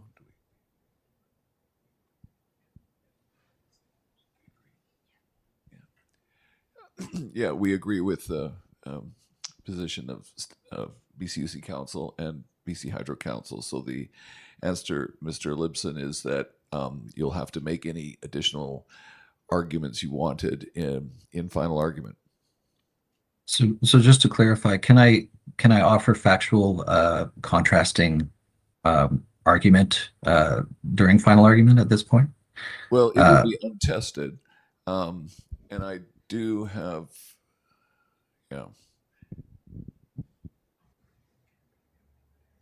can't be new evidence in final argument. I think I saw Mr. Quayle raise his hand. I'm not sure if he still had something he wanted to say. Mr. Quayle? I was just going to say that the process provided a mechanism for direct evidence. In effect, this party is seeking to supplement the direct evidence, and there's no provision for that, and no other parties had that opportunity. So we would object to this. Right. Okay, so that means you're now in support of the panel's decision. So we made that decision, Mr. Lipson. Thank you. I believe that concludes this panel. So over to you, Mr. Bear. I thank the panel and dismiss you. Thank you. Thank you. So I am just noting the time, Mr. Chair. It's 5 minutes to noon. In terms of where we are in the process of things, there's one remaining intervener witness panel, which is EcoSmart. There are also two interveners that had indicated an intention to cross-examine this upcoming witness panel. So I would leave it to the panel as to whether you'd rather do that now or after the lunch hour, perhaps. To be safe, I think we'll, close as we are to the hour, that we'll take the lunch break now. And so it's about 5 minutes to 12. So reconvene at 1 o'clock then. Okay. Thank you, everyone.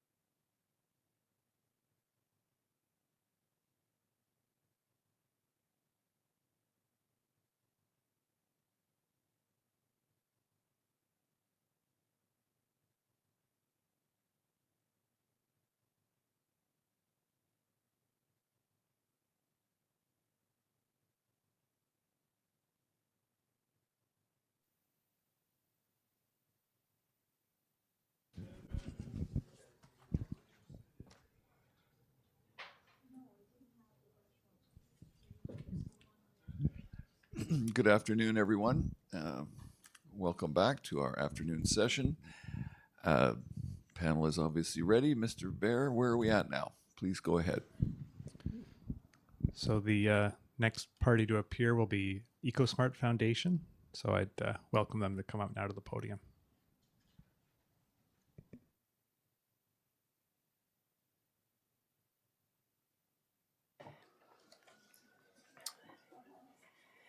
Thank you very much.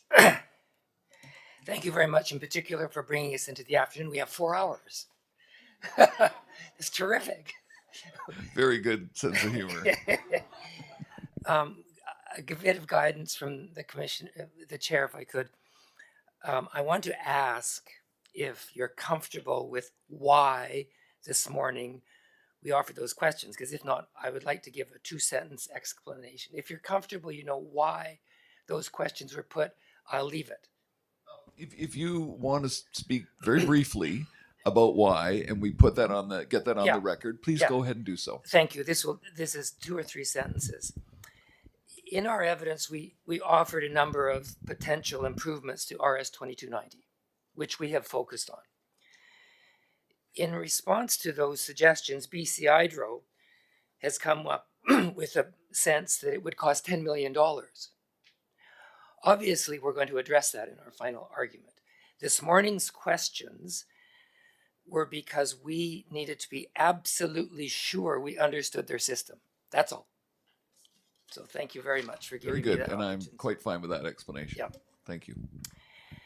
So I have 2 things to do here. I do have the opportunity for a short opening statement, and then I will introduce our witness and leave the rest to everyone else. Now, the opening statement was provided as Exhibit C121. I'm going to just pull a few bits of it. I'm not going to go through the whole thing. No, you are not. So, yes. Thank you, first of all, very much for the opportunity to present at this hearing and to participate in the proceedings. As citizens, we are lucky to live in a country where citizen participation is both respected and valued, and we forget that quite often. We are of the belief that British Columbia can serve as an example of excellence and leadership in providing the best possible energy regime for BC, one that is secure, fair, and efficient. A key part of the energy mix will be solar energy. And at the center of this sits BC Hydro. The positions that we have taken in this hearing does not only arise from theoretical or philosophical grounds, it comes from very practical experience in facilitating the creation of solar energy facilities here in BC. Specifically, we started with the Sun Mine project, BC's first grid-connected large-scale solar power plant built on the tailings of Teck Resources' closed Sullivan Mine. It transformed a brownfield liability into an asset. The second step in that journey was sparked by a partnership with the Chilcotin First Nation. The Chilcotin Solar Farm is now located on the brownfield site of a former sawmill. Today, am I still okay? I think we're working on it. Why don't you try again? Today, yeah, I think I'm okay. It is the largest solar farm operation in British Columbia. And while once again a liability was transformed into an asset, our objective with this project goes beyond building a solar farm, something that many can do. Rather, led by the Chilcotin First Nation, we set out to collaboratively demonstrate that such a facility could be fully developed, built, owned, and managed by a First Nation. The plant is 100% owned and operated by the Chilcotin National Government. It is nearly 100% assembled by members of the 6 Chilcotin communities, who incidentally live hundreds of kilometers apart from each other. The post-project evaluation that we did with with them and with others highlighted the demand for Indigenous community solar. However, in our ongoing discussions with them and with others, we came to see that Hydro's proposed RS 2290 would not fit. The improvements we have offered would help greatly. We believe that our approach aligns with their aspirations for self-sufficiency and energy sovereignty. We found BC Hydro collaboration essential in implementing these projects.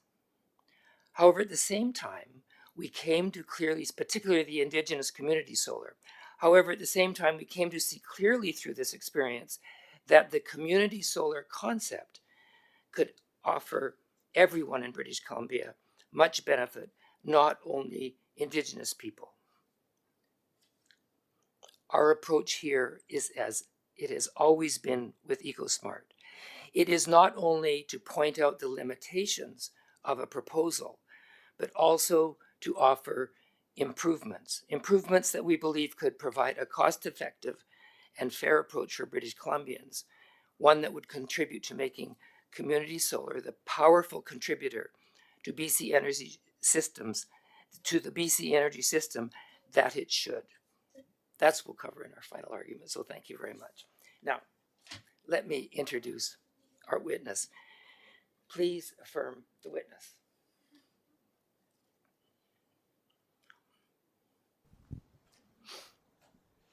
Can you please state your name for the record? So should I put here? Okay. Michel Despot, so starting with M. Do you solemnly affirm that the evidence you give today will be the truth, the whole truth, and nothing but the truth? Yes, I do. Thank you. Michel, what roles do you play with EcoSmart? Okay, so I think you have my file. So, but should I go again through it or? No, just answer the question. What roles do you play with EcoSmart now? The whole, I'm the principal of Node Engineering and also technical advisor of the board of EcoSmart. And also I serve as a board member and president of EcoSmart. So I have these two roles with Node Engineering and EcoSmart. And I think BCUC knows that. Thank you. Now, as Michel was just alluding to, his professional experience is summarized in Exhibit C121, in the direct testimony, and I'm not going to go through it now, and I'm not going to ask him for any more of that. You can read that. Now, what has been your involvement in the topics being discussed in these hearings? So I have been an active participant in the BC Hydro net metering rate design initiative. And I think it started in February 2024 when Chris put that together, this working group. And since I have been involved in the whole process, including the BCUC proceedings, and I have basically done all the work that you have seen, the evidence, the response, the question, etc. Thanks, Michel. Now, could you please confirm that your pre-filed direct testimony, that's different than the evidence, your pre-filed direct testimony is accurate? So you mean the former evidence? No. The pre-filed direct testimony that is part of C121. C1, oh yes. And you don't need to make any changes to that.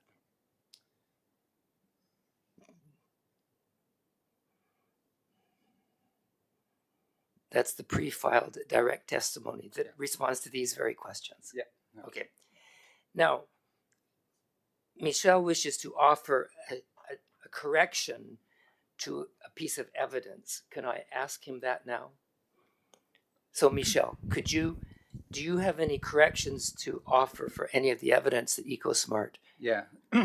When I was reading that recently, is a small typo on page 28, figure C1.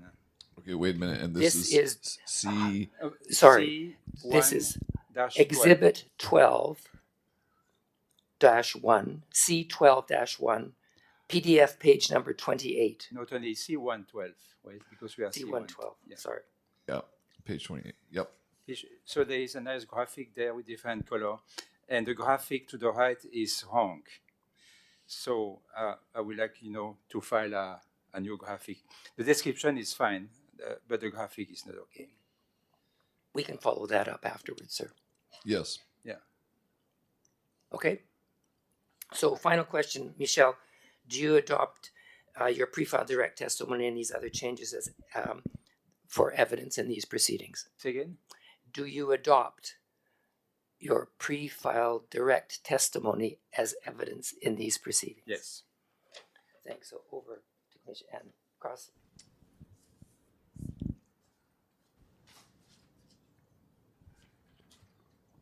The first party to cross-examine this witness panel will be the Commercial Energy Consumers Association of BC.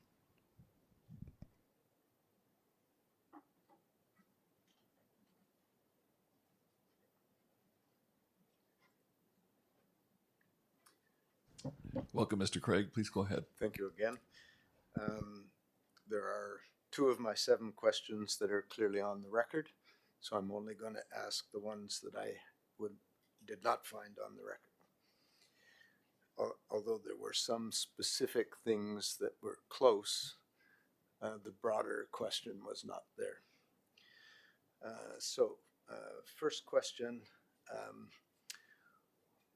when it's possible in these systems to create a higher value, the higher value would improve the economics of your clients and your process. And would those higher values be shared with the utility and the utility's customers? In most cases. So what do you mean by value? What is that? A value, I would think for you, might be something in the order of higher prices, because we had an improvement.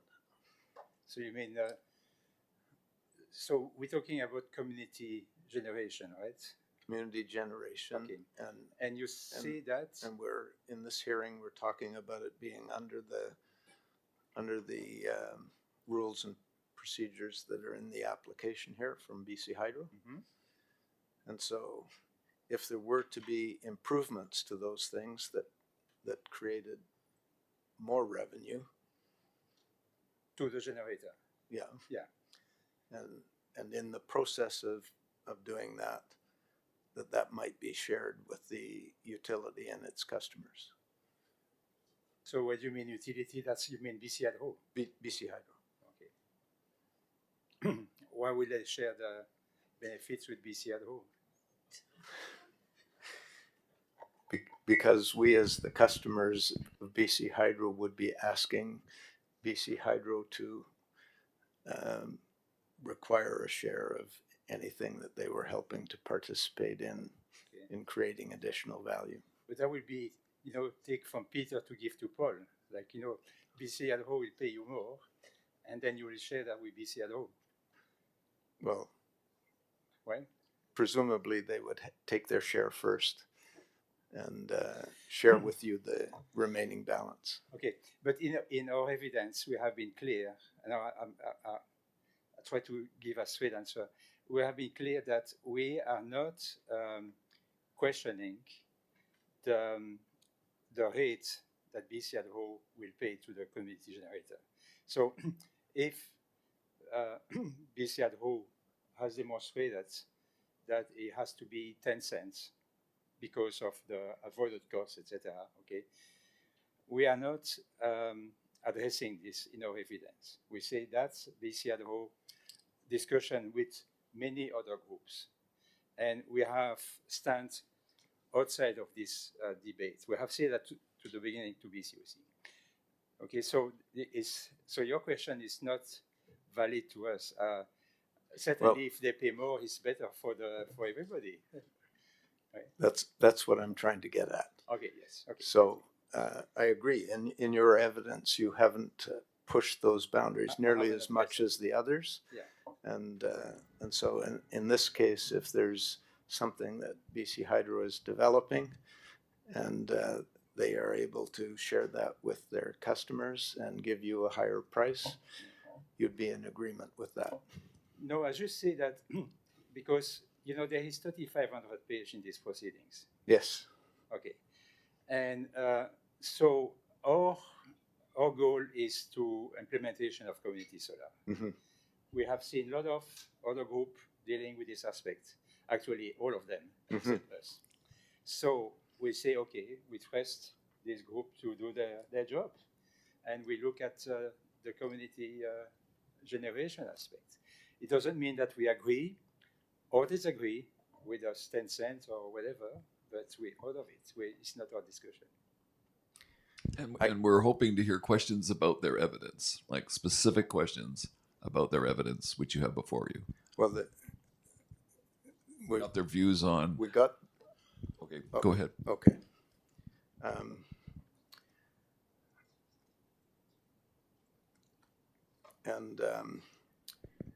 You haven't in your evidence discussed anything to do with solar being integrated with dams or with batteries?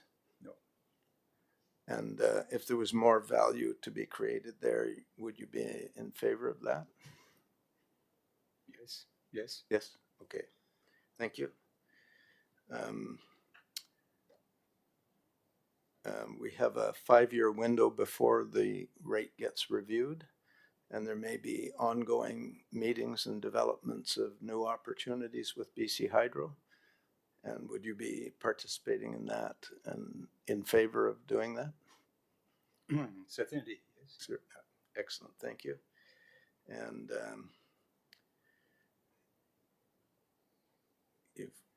you have that on the record. And the last one is distribution systems planning and getting information and identifying opportunities and having the opportunity to optimize those and create greater efficiencies and effectiveness. Would you be in favor of that additional work on distribution planning that might go on working jointly between the groups and BC Hydro and the working committee? Yeah, why not? Yeah. Excellent. That's everything I need. Thank you. Thank you. Thank you. Mr. Bear. The next party to cross-examine this witness panel is the British Columbia Old Age Pensioners Organization.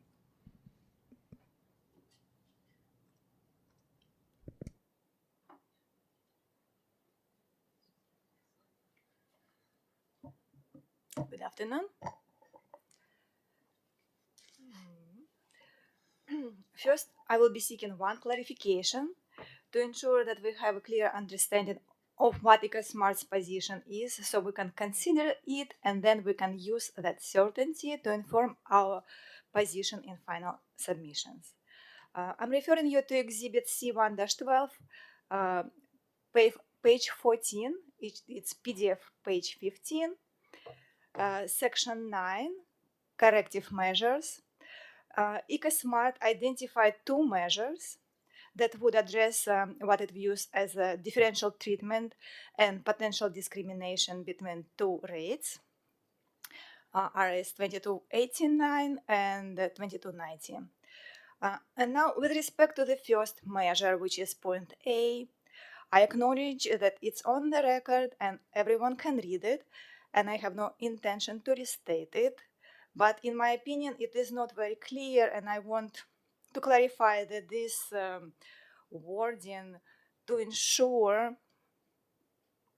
effectively involves BC Hydro undertaking to distribute benefits to benefiting customers, or in your terminology, subscribers, as opposed to leaving it to the community generator. Mm-hmm.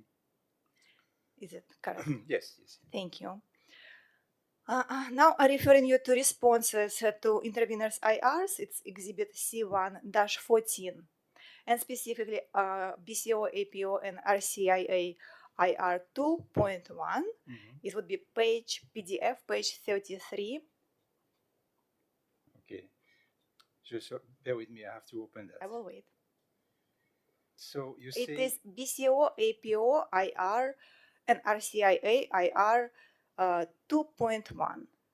If you have PDF, it will be page 33. maybe I can ask my colleague if she can find it. Can you find that? I'm sorry, sir. You have to make me very quick on that computer. I'm not.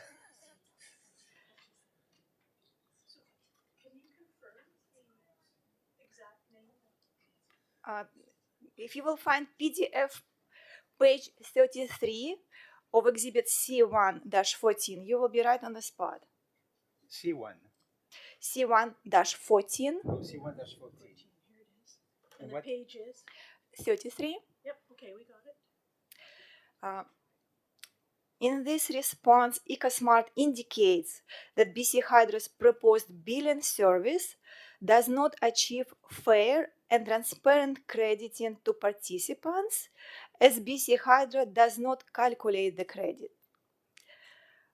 However, would your concern regarding the protection of customers' rights be addressed if BC Hydro were to expand its billing service to include the calculation of the credits due to each customer? So you're asking whether it is better BC Hydro to calculate the credits for the customer, for the subscriber, I mean, than for the community generator. That's your question? In this response, you said they do not. It is already next topic. Yeah, it is not connected to the first issue. It is a next topic. They say that billing service does not achieve fair and transparent crediting to participants because BC Hydro does not calculate credit. But if BC Hydro will expand this billing service and will actually include calculations of the credits for each customers, do you think it will address your concern? No. Because in our view, it is still under the hand of the community generator. So what we believe is that and I have done a lot of research, I will say in parallel to Dunsky, of US jurisdiction, how they do it. Okay? And always, the community generation program first look at the subscriber, how to protect it, always. So if, for example, you have this system, you have a community generator, a subscriber, and it is decided to pay, say, 10 cents, like BC Hydro proposed. There is two ways that they will do it. Or they will give the 10 cents directly to the subscriber and not to the generator, okay? And then they will allow the generator to charge some amount of money from the subscriber, okay? Because, of course, if you have a community generator, it has also to make a living, okay? So if you give all the money to the subscriber, what's in for the generator? So the way it works is that the rules mandate or allow the community generator to charge a subscription fee to the subscriber. And they have different systems depending on different jurisdiction. So sometimes they will say you can charge them the subscription fee, but at a discount, and they will mandate a discount. So they say, well, if we give 10 cents to the subscriber, you cannot charge them more than 8 cents. Okay, so they guarantee that 2 cents go to the subscriber. So that's one of the options. There is another option where they split, and they say, okay, we give the 2 cents to the subscriber and 8 cents to the generator, okay? Which is more complicated because now the utility has to do a double billing. Okay? And this is always always. What we have seen with this rate is exactly the contrary. Like BC Hydro say, well, we give 10 cents to the generator and we out of it. And they say very specifically in the rates, in the rules, that they have absolutely nothing to do, nothing to say with this arrangement between these two, except that they have to provide a list of the percentage, etc. And we believe this is not going to work, because if you don't set the rules from the early beginning, and understand you have argument from BC Hydro that say no, it's not going to happen. But what's happening if you have a dispute between the subscriber and the generator? So now the BC Hydro give 10 cents to the subscriber. The subscriber is supposed to pay back the generator, but there's no one to pay back. The generator say, oh, I didn't receive my money from the subscriber, so now they make a complaint. So now BC Hydro is coming, but we out of it, but they have give the money. So there's plenty of lawyers in the room here. They maybe, can think about it. I'm just an engineer, but it doesn't make any sense to me. So does that answer to your question? Yes, thank you. And you mentioned US jurisdictions.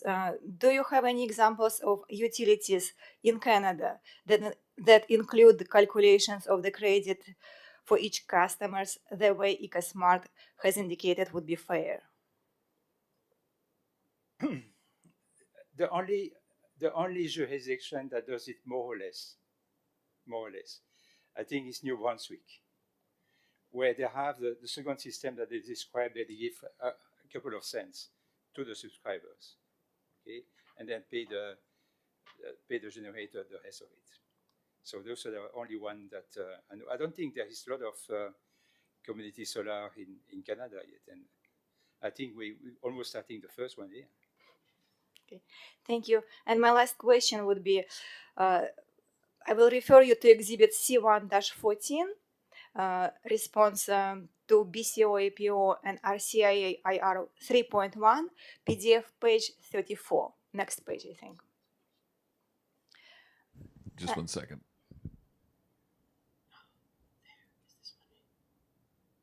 It's number 4?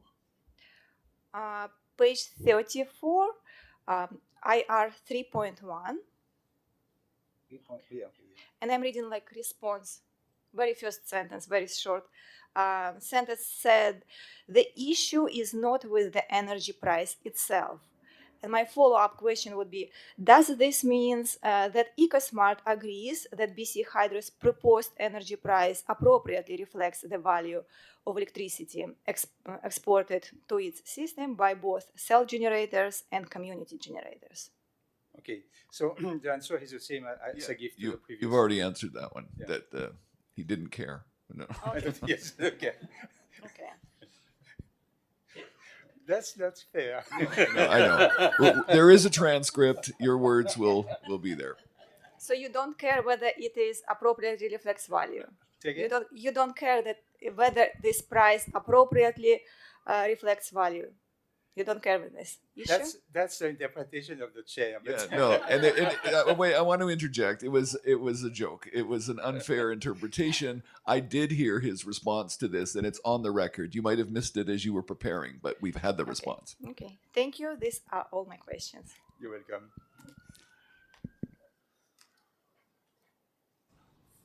I want to see how BCUC maybe. That was the last party that had indicated its intention to cross-examine this witness panel. And BCUC staff do not have any questions, although I do have one minor process matter I just wanted to briefly address. Earlier in Mr. Despot's testimony, there was mention of correction to a figure in his written evidence. And I just wanted to confirm, so it was very clear for everybody, whether the intention was that EcoSmart was going to file that in writing. And I think I see a nodding head. I'll just let you. Yeah, for the record, we will replace that figure with a corrected one. So does it work? Like, because It's just one figure that we want to change, right? So we don't want to change the whole.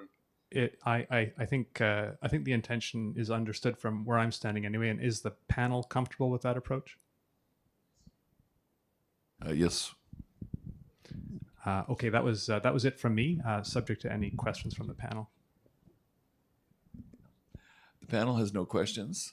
Thank you very much. You're welcome. See the spot. That concludes that panel. Mr. Bear, moving us along. So that concludes all of the testimony that I believe we're expecting for this hearing. Okay. And so, are we? Any concluding remarks, Mr. Chair? Yeah. So if that brings us to the end of this phase of the hearing, on behalf of my fellow panelists, I want to thank everyone for a well-organized and constructive process. We stumbled along a little bit at times, but I think we did a good job, all of us collectively, at sorting things out. Well, we can always look at the record later and see. And so now we're ready to move on to the subsequent phases of this. And Mr. Bear, I think you can perhaps help us with that, just to remind everyone and where we're at.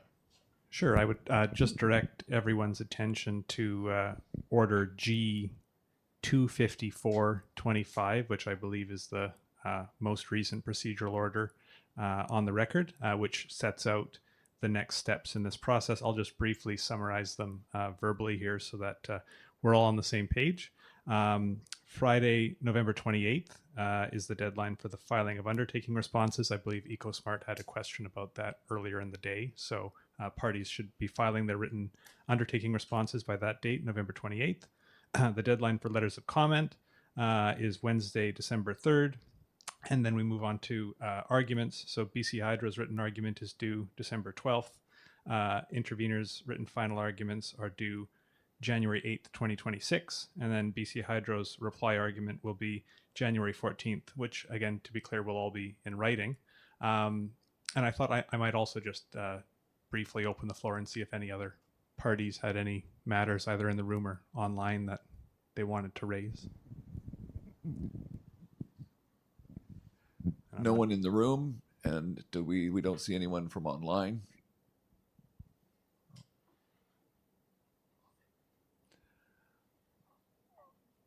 All right. I think then I can say that this concludes this portion of the proceeding.